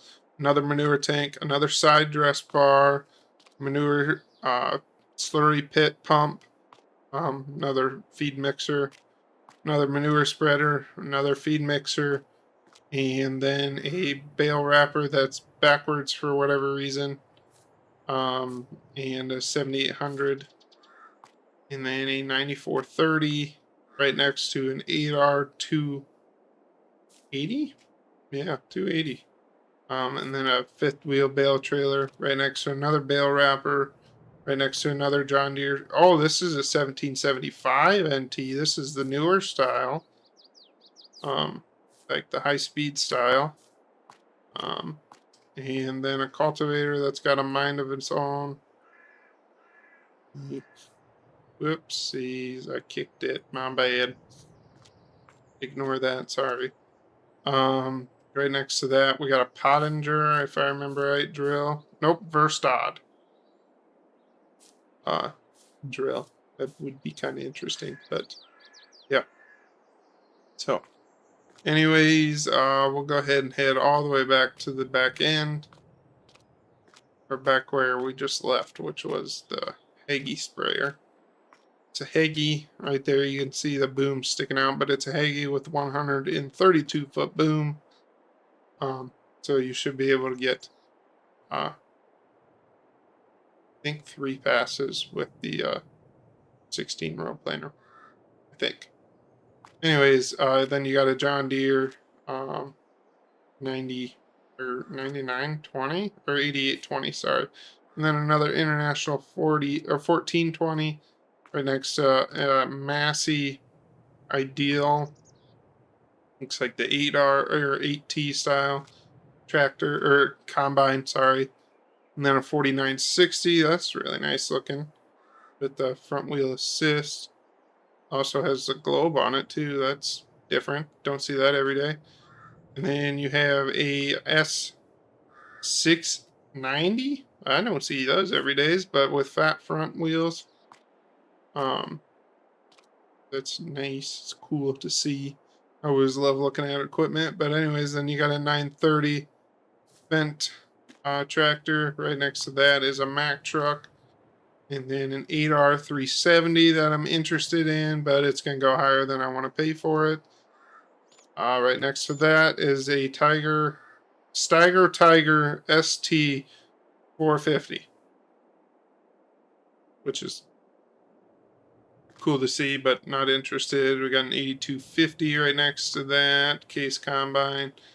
Then you got a John Deere 50 or 544K front wheel loader. Not interested. You got an older style Mack.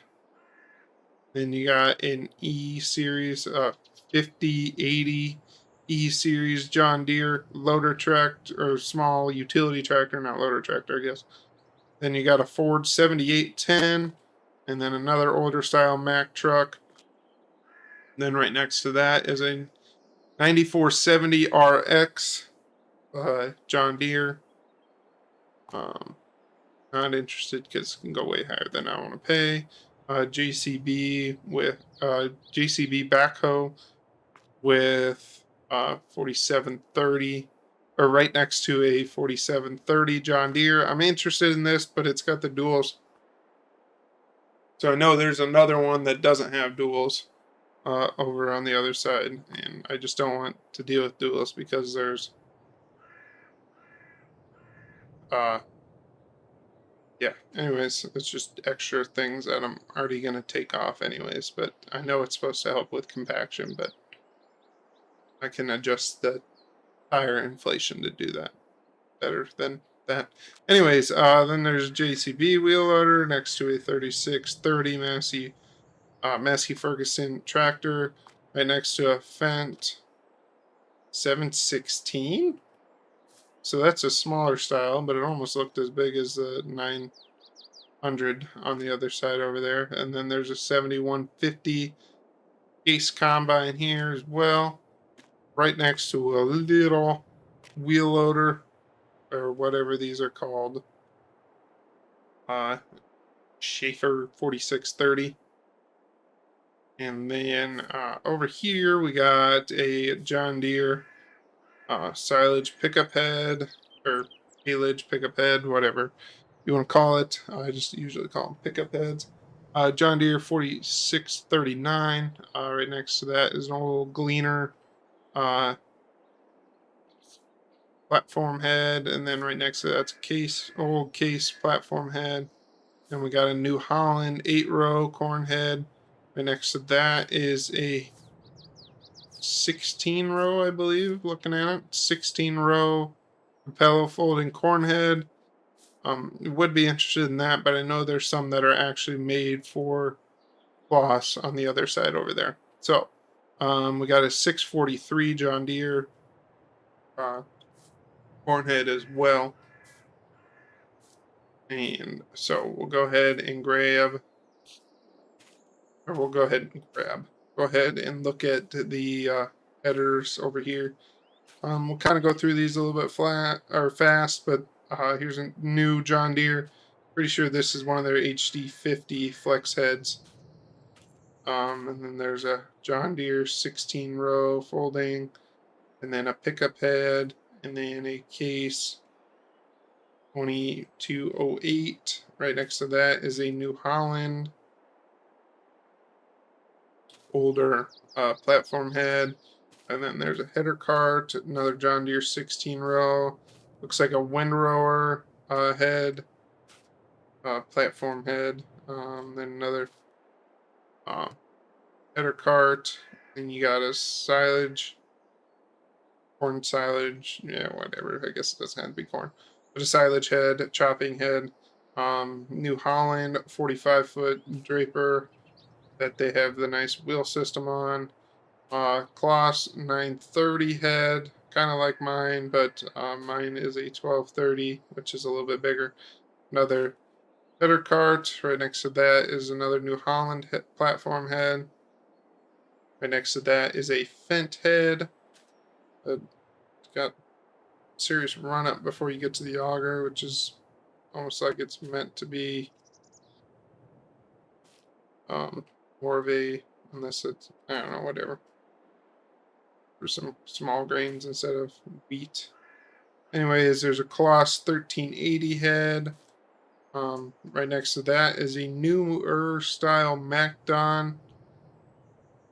I'm interested in these, but I got mine and I like mine. It's pretty nice. Then you got a case, platform head, auger head right there, and then you got a Kloss.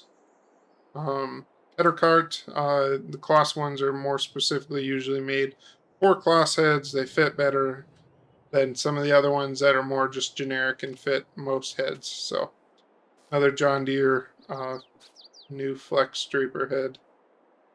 Then you got a New Holland 16 row non-folding head. Then a New Holland platform head next to an older platform head. And then you got another Capello 16 row, nope, 12 row folding head. Not interested in that. I already have a 12 row head. I'm trying to get a 16 row head because I think my new planter is going to be 16 rows. Here is my draper that I got. It's a Kloss 1230 Convo, just like this one, Convoy, whatever you want to say. Just like this one, just mine's slightly more used, I guess, maybe. I don't know. I don't know how many hours on that.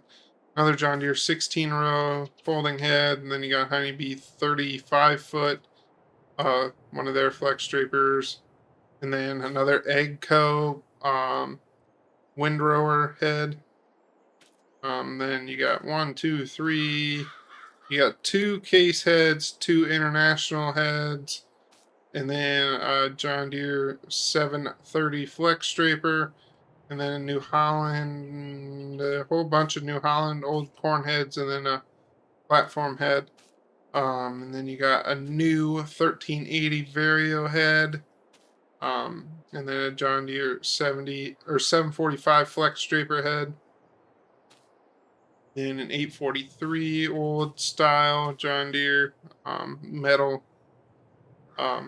instead of the newer poly, but they got the metal snoots. Then you got an older case Terraflex head, flex draper. Seen some wear, but it is what it is. And then here is the 2 heads that I'm interested in. Both are 16 rows. I think literally the only thing different is like this one has black paint on the snoots, rather than the yellow ones like this one. I would be interested in either one. It doesn't have to be the yellow ones. Anyways, you got a case 12 row folding here. It's their new one too. I really like their new design, but I have no use for it right now because I don't have a case. Also, I don't want a 12 row. Here is my head that's for sale. She's seen some age, as you can see by the paint wear. Here's my auger that's for sale. They really could not get much closer to the embankment there than they did without smashing the end in. If they smash the end in and I lose a bunch of money on that, I'm gonna be pissed. Anyways, here's another case Terraflex head, as well as another header cart, and then another case auger head. So we'll head over here to this corner, and then work our way around, kind of going back and forth on the other side to finish out. But over here you can see another hay wagon. I'm selling mine, but I don't think this is mine because I'm pretty sure mine is down next to the rest of the stuff that I'm selling. So You'll see that in a minute. And then you got a Kenzie 24 row right next to my planter that I kind of listed last minute, but yeah, this is my planter that's for sale. Right next to two dump trucks that I'm interested in, but I think there's another one that's less hours on the other side, or less miles on the other side, but we'll see. Then you got an 8530. Wow, just with no duals on the front. I don't know if I've ever seen an 8530 without the front duals, but I kind of like how the 30 series looks without the front duals, but we'll see. Um, I'm interested in it. I just don't know if I need to be interested in it yet because I know there's more on the other side. You got a sprayer here. I'm not interested in that. I'm just looking for a self-propelled one right now. Again, just to replace the self-propelled that I'm selling. Got a Kubota, a windrower here, or swather, whatever you guys call them. It's a mower conditioner. Anyways, you got another end dump silage box here, right next to two Patriots. I'm interested in either one of these. I'm also interested in this Hardy. To be honest with you, any self-propelled sprayer that's on here, other than my New Holland one that's on the other side there, I'm interested in. I will just see. I know the Patriots have the weed spot spray. I think both of them have it, and that's what I'm more looking for. So, anyways, there's a Dagelman rock box, or yeah, rock box here. Stone picker upper. What are they actually called? I don't know. Whatever. There's a 7088 case axial flow combine. Not interested. We got a silage box. Here is my bale trailer that's for sale. Right on the other side is some of the other equipment that I'm selling. But I had this thing forever, and it survived the storm with me and all that years ago. But it has literally sat in the same spot in the yard for the last 3 years. So I said, you know what, it could go to a better home. So yeah, I got a Grant Ote. I don't know. Sorry, I'm saying that name wrong. This is for liquid manure for sure. They can haul the liquid manure between fields, and yeah. So, anyways, then you got a 9RX 640 with the narrow belt. That's cool. You see, not interested because it's not going to be worth it. Kenzie 1051 cart. If it went for stupid cheap, like I said earlier, I'd be interested. And then we got another white or Agco 24 row planter, corn planter. And then you got a Mack dump truck, just like I was earlier. I'm interested in this one as well. And then we got a GMC with a grain box on the back. And then you got Brent. What size is this? 1596, which means it's 1500 bushel cart, avalanche cart. And you got another Parker 200 bushel wagon right next to that. And then you got another John Deere pickup head. Right next to that is a Champion 4500 silage or chopping head. Right next to that is a chrome chopping head. Don't know the number on it. I could probably look and find it, but I'm not going to. Probably was right in front of me too, ironically. Then you got another silage head. I don't see the number. It just says the name just says 375 plus, whatever that means. But silage head. That's all I know. Demco 550 cart here. Like I said, if it went for stupid cheap, I'm pretty sure I literally just sold this one last year, or one just like this last year, and now I'm here, maybe buying it for stupid cheap. Anyways, we got a Meyer silage box. Next to that, another mower. It's an Elho Duet 7300. That's kind of cool. I mean, I honestly would prefer this over the windrower that I have, but I kind of like the windrower or the disc bind that I have. So, anyways, right next to that, we got a New Holland older 1431. Then you got an end dump Superior trailer on a dolly, as well as a Demco. Well, what is that number? Ooh, I can't see. It's a Demco side dress bar, basically. Like I said earlier, I would be interested if it went for a stupid cheap price. Another Massey small square baler, as well as a New Holland swather right next to that. What is that? H8060. Anyways, we got next to that the only New Holland that I've ever actually been interested in, and it's a 9070 series. I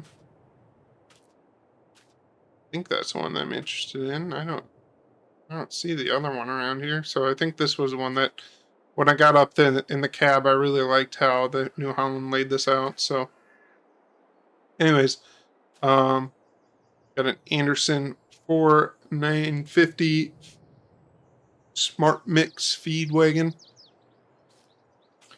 as well as a dump truck that actually went with my Mac or matches my Mac that I am actually selling on this sale. Um, Wish I would have known that this was on the sale before I agreed to sell that Mac. But I also kind of wanted to see what kind of money I can get out of my Mac. I do have a reserve on it. And if it goes above that reserve, mainly because I bought that Mac dump truck last year for stupid cheap. But I had to replace the motor, and now that I've replaced the motor, I know that that thing's worth more than it was. So, anyways, if I can get a good amount out of it, I'd be really happy. We got a New Holland L218 Super Boom skid steer. Right next to that is a 1486. 1486 will always hold a little bit in my heart.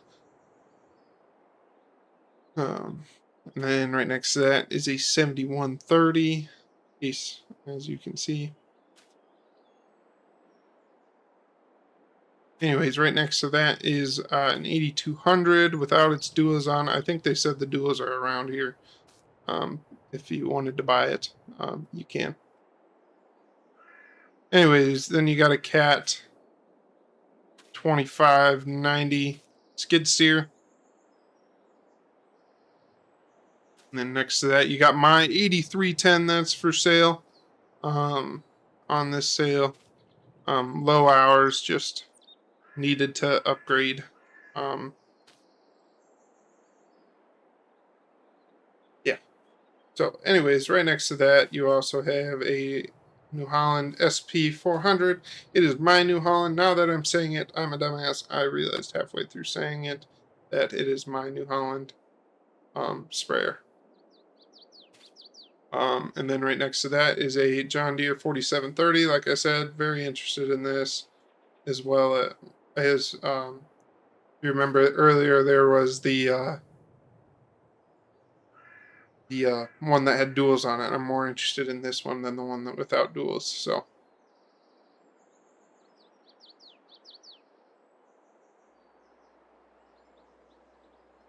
yeah. Anyways, right next to that is my 4760. If you guys remember, I've had some issues with that the last year. Um, she's lost a bunch of hoses that I've had to replace, and yeah. So I just decided to sell her. She's been through a lot, survived the storm with barely any scratches, and then also just she was already a 30-year-old tractor on our farm, and then uh, probably had a couple more years, or well, she definitely had a couple more years. She was made in the early 90s, late 80s, I think, if I remember right. Anyways, right next to that is a Kuhn Speed Rake 300. And then you got a case, 13 shank ripper, and then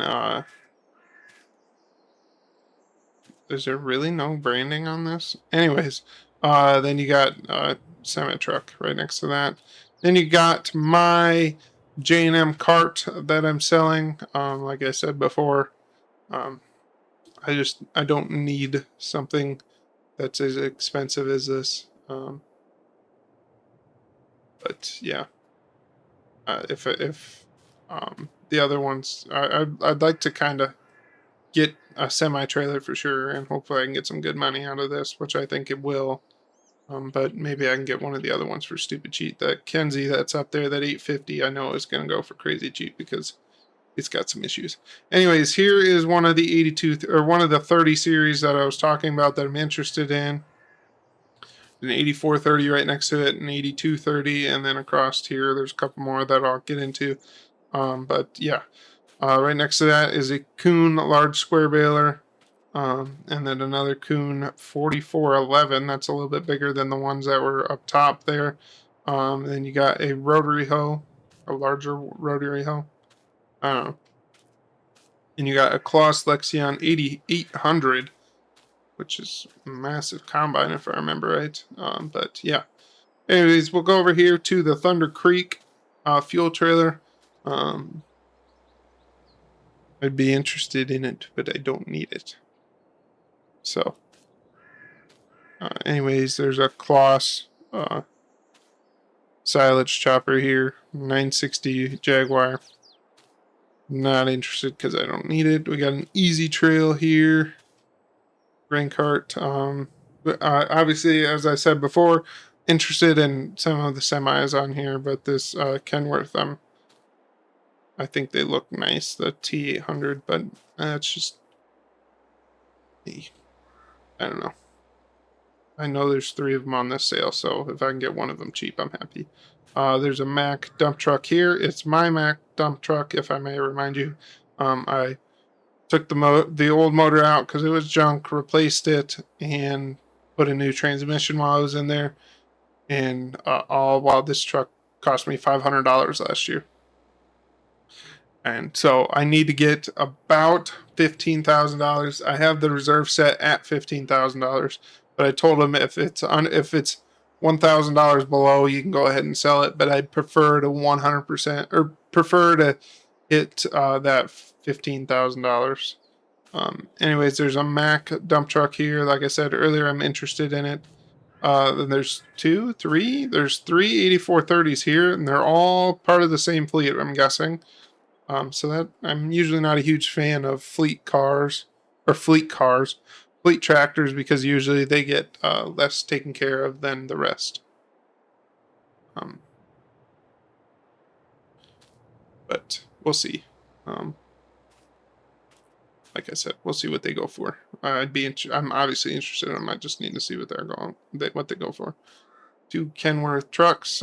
I really like this white and black look, but we'll see. Then there's a Lexion 670 right here on their Terra tracks or whatever they call them. Then another 4730 with just like I said earlier, I'm very interested in that. Then there's New Holland T9 645. That is a big tractor. It's got some serious horsepower.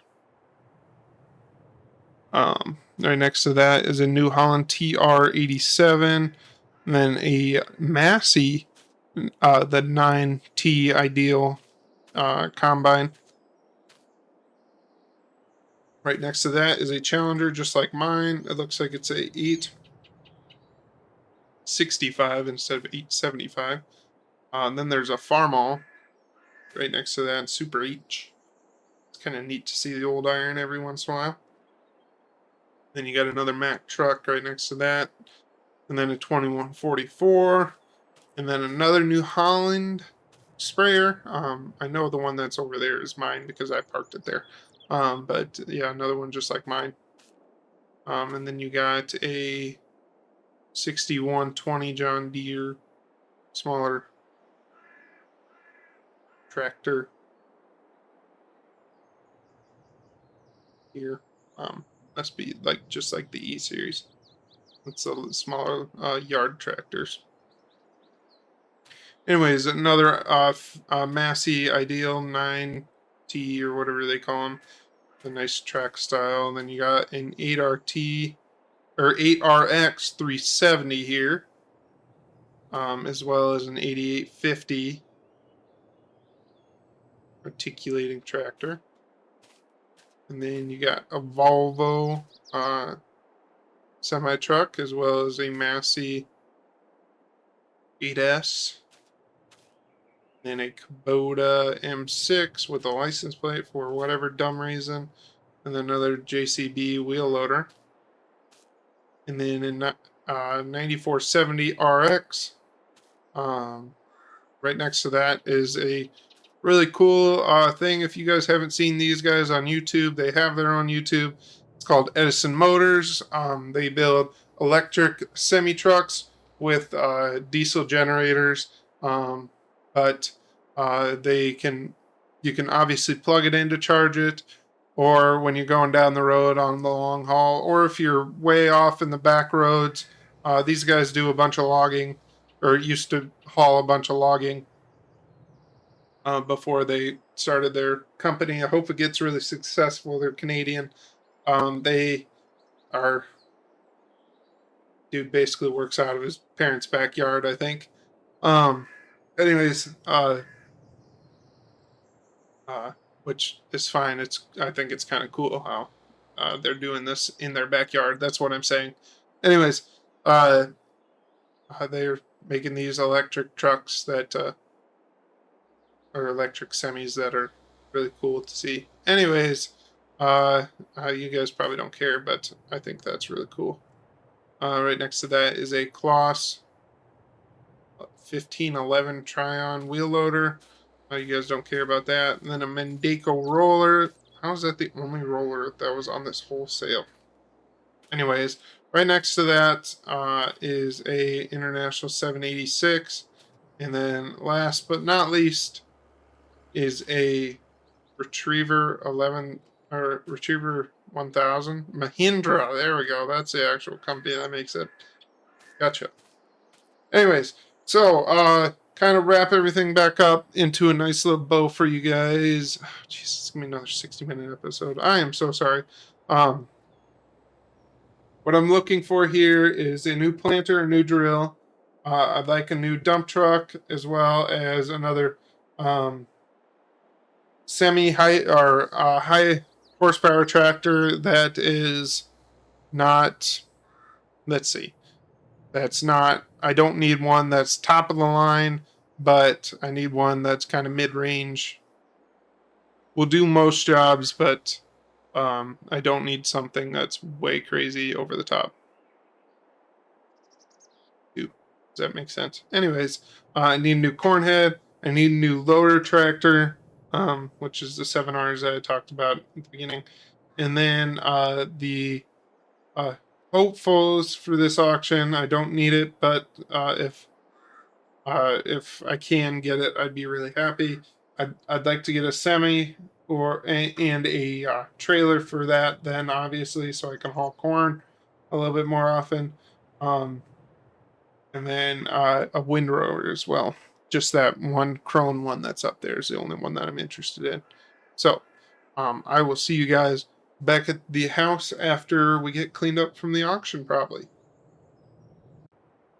Okay, guys. After that extremely long episode, I still got to give you the grand tour of everything I bought, and I'm now realizing I just closed that door and didn't need to do that because I need to get in there. And I didn't even close the garage door. Anyways, so first up here, probably the most important thing, I got the 7310R. It's going to be my loader tractor, as well as I'm probably going to use it for this drill because it fits perfectly on here. But yeah, so this is going to be my loader tractor. It's replacing the 4760, which the 4760 went for $38,000.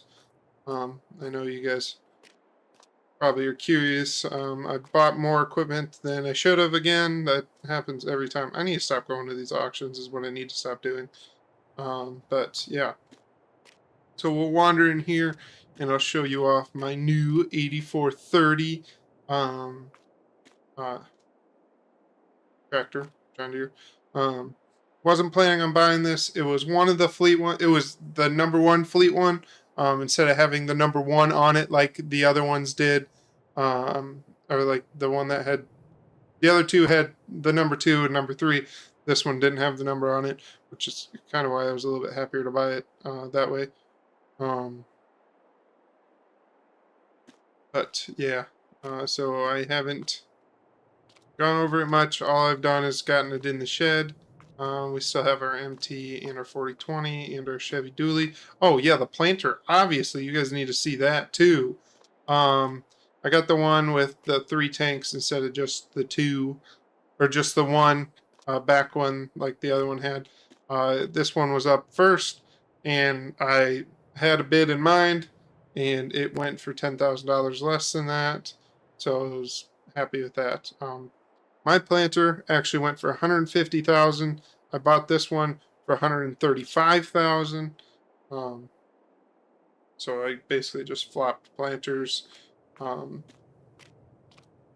then let's see. Oh, the 8430, I should say, that went for $64,300. I don't know why it went for so cheap, and you could tell towards the end that the guys that were selling it were kind of getting annoyed because they're like, this tractor should go for $100,000 more than it is, but it didn't. So I'm happy with that, obviously. Anyways, so I bought one of the Kenworths here. I was not expecting to buy this today, but as the deer continued to run around here, wasn't, like I said, wasn't expecting to buy this today. It just the trailer went for 10,000.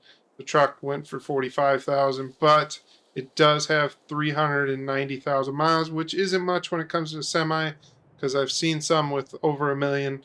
But yeah, this is 390 right now. The other surprise, actually, there's 2 surprises. When I got home, this amazing Batco auger was sitting here. I bought this, like I had said at the beginning of the episode. I bought this as well as, well, I guess I didn't say that. The other one that I had, my older auger, the Westfield one that I had, just barely fit on here. So I wanted this one so I could get up there. And then I realized if I use this one, which this one is self-propelled, I don't need a tractor on it. I'll probably still put the 4020 when I'm filling the bin so it doesn't move as easy. But uh, this one I didn't want to put on as the unload because if I did, it was going to sit at a weird angle. It was either going to sit like right over the middle of the driveway here, which would be fine, but I didn't really like how close it would fit to the trees, and I don't know. I just decided if I build any more bins, it'd be nice to be able to have a nice little unload auger here instead of. I'm not a huge fan of these unload augers here on the side. I mean, they're convenient, but they're kind of a pain and hard to work on sometimes. Anyways, we'll go back here now. I got this bale trailer. Like I said before, I just didn't want to keep trying to get to the trying to get a hold of the dairies. Sorry, I had a yawn there. Because they sometimes I had those bales sitting out there for 2-3 days before I could get a hold of it, which is fine because it's not like I'm using it. I just wanted to get some of those bales picked up faster than they do other times. There we go. All right, and then the other thing, obviously, like I had said, I was gonna buy a Mack dump truck, and I did, thankfully. Um, and I just barely hit that bale spike. Oh well. But yeah.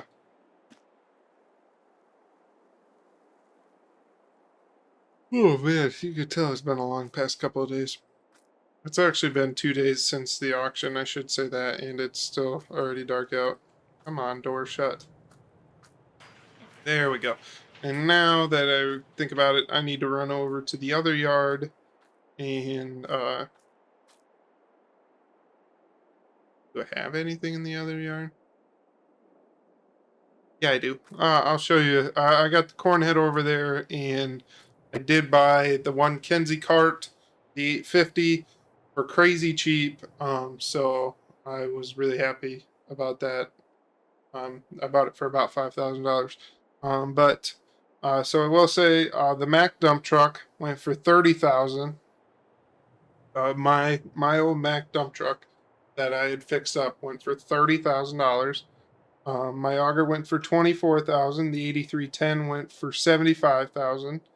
The cornhead, my old cornhead, went for 60,000. I actually bought my new one for 32,000, so I was really happy about that. The 4760, I already said that, went for 38. The drill went for 1100. Perfectly fine with that. Planter, I already said that as well. It was $150,000. So yeah. Um, I in total I got whatever that math is, a little over $250,000 in sold equipment, I believe, or 200,000. Um, I could just add that up. Like I got the ticket for what I sold. I didn't get the ticket for everything totaled. Um, yet I haven't got it yet. Because they were still finalizing that. Anyways, yeah. With that, I'll stop rambling on like an idiot. You guys will see the corn head in the future videos when we're harvesting. I'm kind of tired. It's been a long couple of days, like I said, and I need to go to bed. Um, well, actually, I don't need to go to bed yet. It's still kind of light out, but I need to make food first and do normal human activities. Take a shower and all that fun stuff. But yeah, so with that, welcome back to beautiful Taheton County, Iowa. Today we are going to get our straw baled so we can start doing fall tillage. We are gonna get the straw off of our soybean fields so we can go through with our Landall disc here and mulch up our soybean stubble. That's what we do on our soybean stubble. We go over it with Landall disc some years. Not every year, because I'm not a huge fan of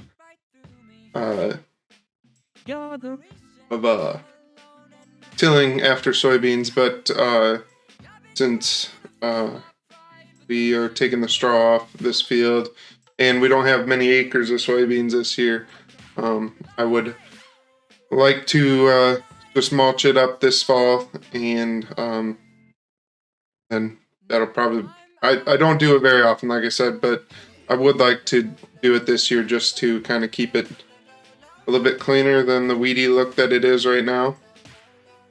But yeah, so I gotta run over and grab the 8330. It's sitting over at the other yard. It's still full from harvest, actually. So I gonna jump in my dually here, and we're gonna head over there and grab it, because I want to put that on the baler, and then I'll get the Challenger hooked up to the disc. Yeah, you guys will see. So with that, I hope you guys enjoy this episode. If you do me a huge favor and leave a like down below. Subscribe if you're not. And with that, we'll get into the rest of the video. Alrighty, guys, got over here to the other yard now. As you guys can see, I got the 8330 hooked up to the wagons here. It's going to go in the shed over here. But I need to haul this corn into town. I was going to put it in the bins originally, but then we got into we got done with harvest, and then the next, or 2 days later, we had the auction. And so now I just decided I need to bring it in to the ethanol plant because they have a good November bid, and they also have a good December bid. So we're going to be hauling a lot more corn in December, but I'm going to go ahead and take this into in there now. So yeah. So we'll go ahead and head in there, and I hope you guys enjoy this little time lapse of taking us in there. Because we're going to come back and we're going to bring this corn or these wagons back and put in this shed here. And then we'll, yeah. So I'll show you the new corn head when we get back and the new grain cart that's in here, because I didn't do that at the end of the auction episode. So I'll see you guys in a little bit.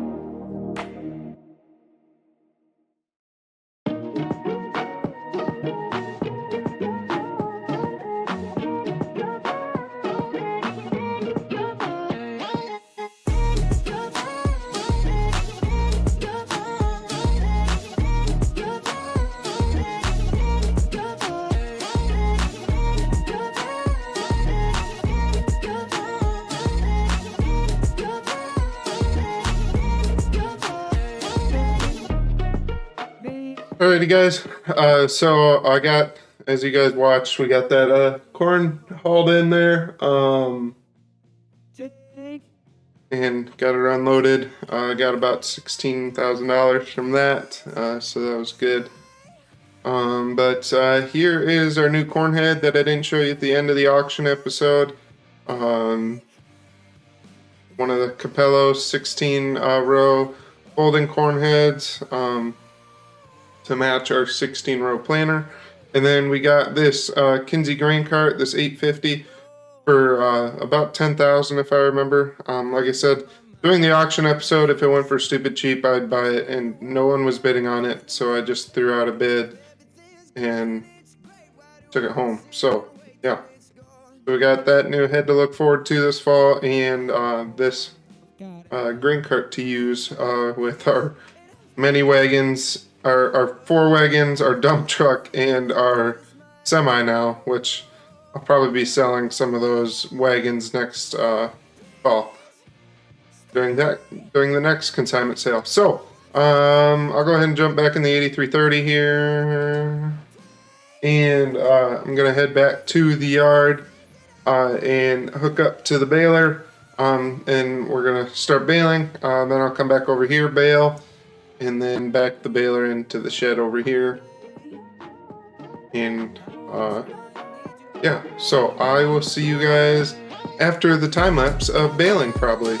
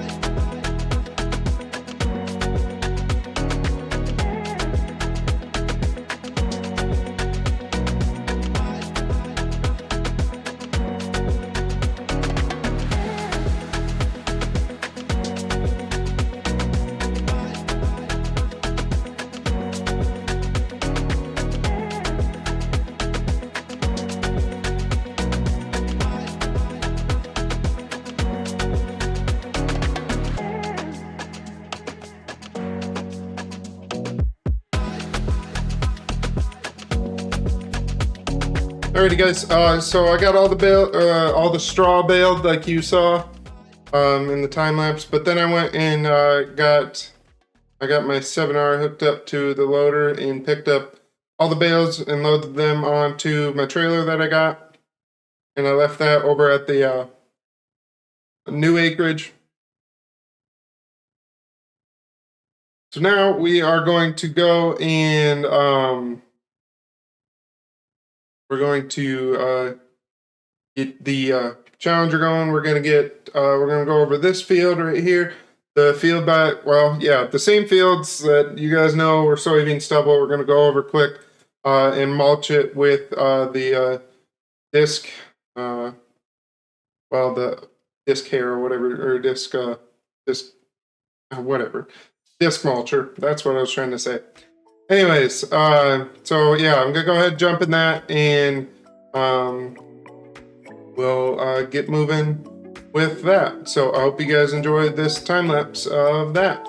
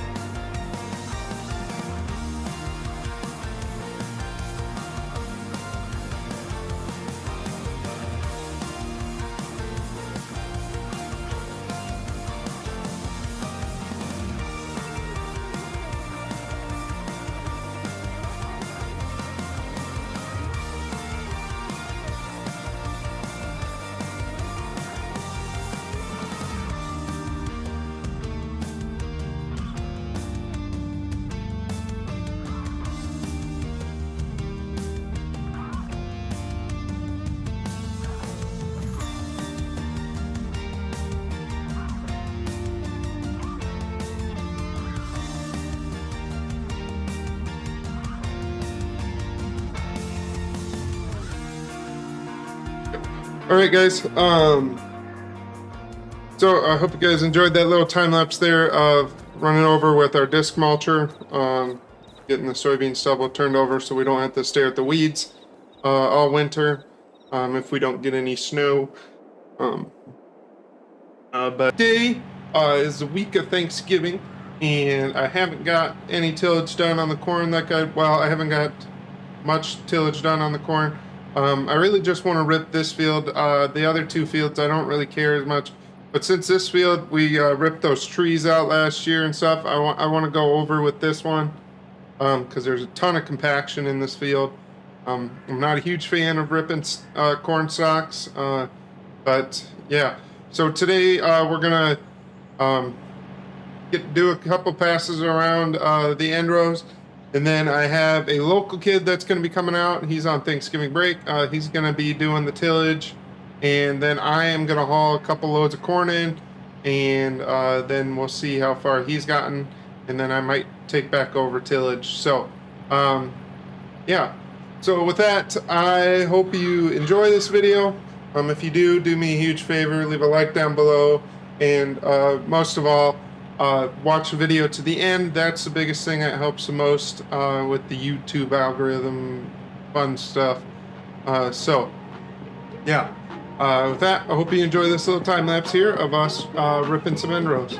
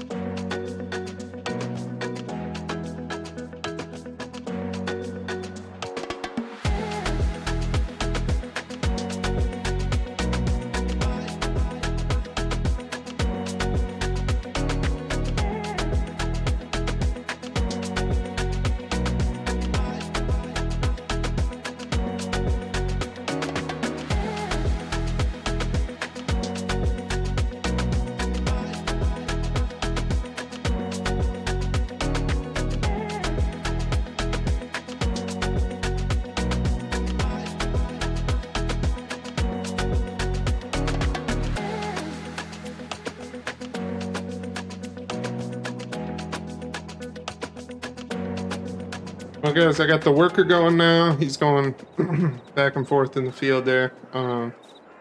It's gonna take him a while with that narrow of a ripper. Maybe I should have looked at a bigger ripper, but I don't do much. Like I said, I don't do much stock ripping anymore, or yeah, ripping a ground anymore, because I'm not a huge fan of it. It's just excessive tillage, if you ask me. But that field has so much compaction built up in it right now, especially along that driveway, along here, along where those trees were. I just wanted to break up some of that again. We just ripped out those trees last fall, if you remember. So, yeah. With that, now I'm gonna jump in the truck. I'm only gonna haul 3 loads in. I was gonna haul a couple more in, but I'm only gonna haul 3 in because the ethanol plant actually closes at noon today. So I'll give you guys the time lapse of hauling those in. But we're gonna go ahead and jump in the truck. We're gonna jump in the truck, and I'm gonna get everything set up, and then I will see you guys during the time lapse. Or well, I'll see you after, but you guys will see the time lapse. So I hope you enjoy.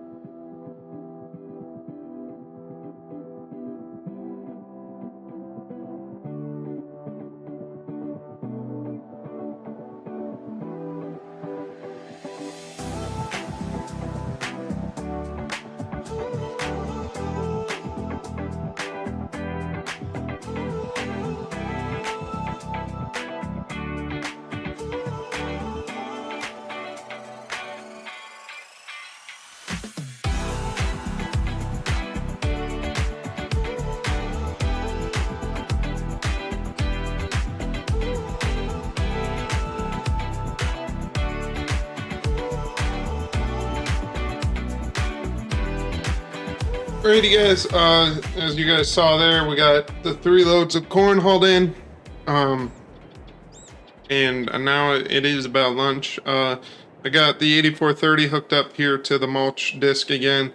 I'm actually gonna go out and I want to do a side-by-side trial of what ripping the ground before the soybeans looks like versus, or what the yield is for ripping the ground before the soybeans versus that of just mulch finishing, because I would like to just mulch, disc mulch over the corn stalks instead of ripping them most years, because chopping up that heavy residue corn can usually help with yield, but because I usually have to run over that corn stubble with this in the spring anyways. So if I can do it in the fall, that's one less pass I got to do in the spring over that ground. So yeah.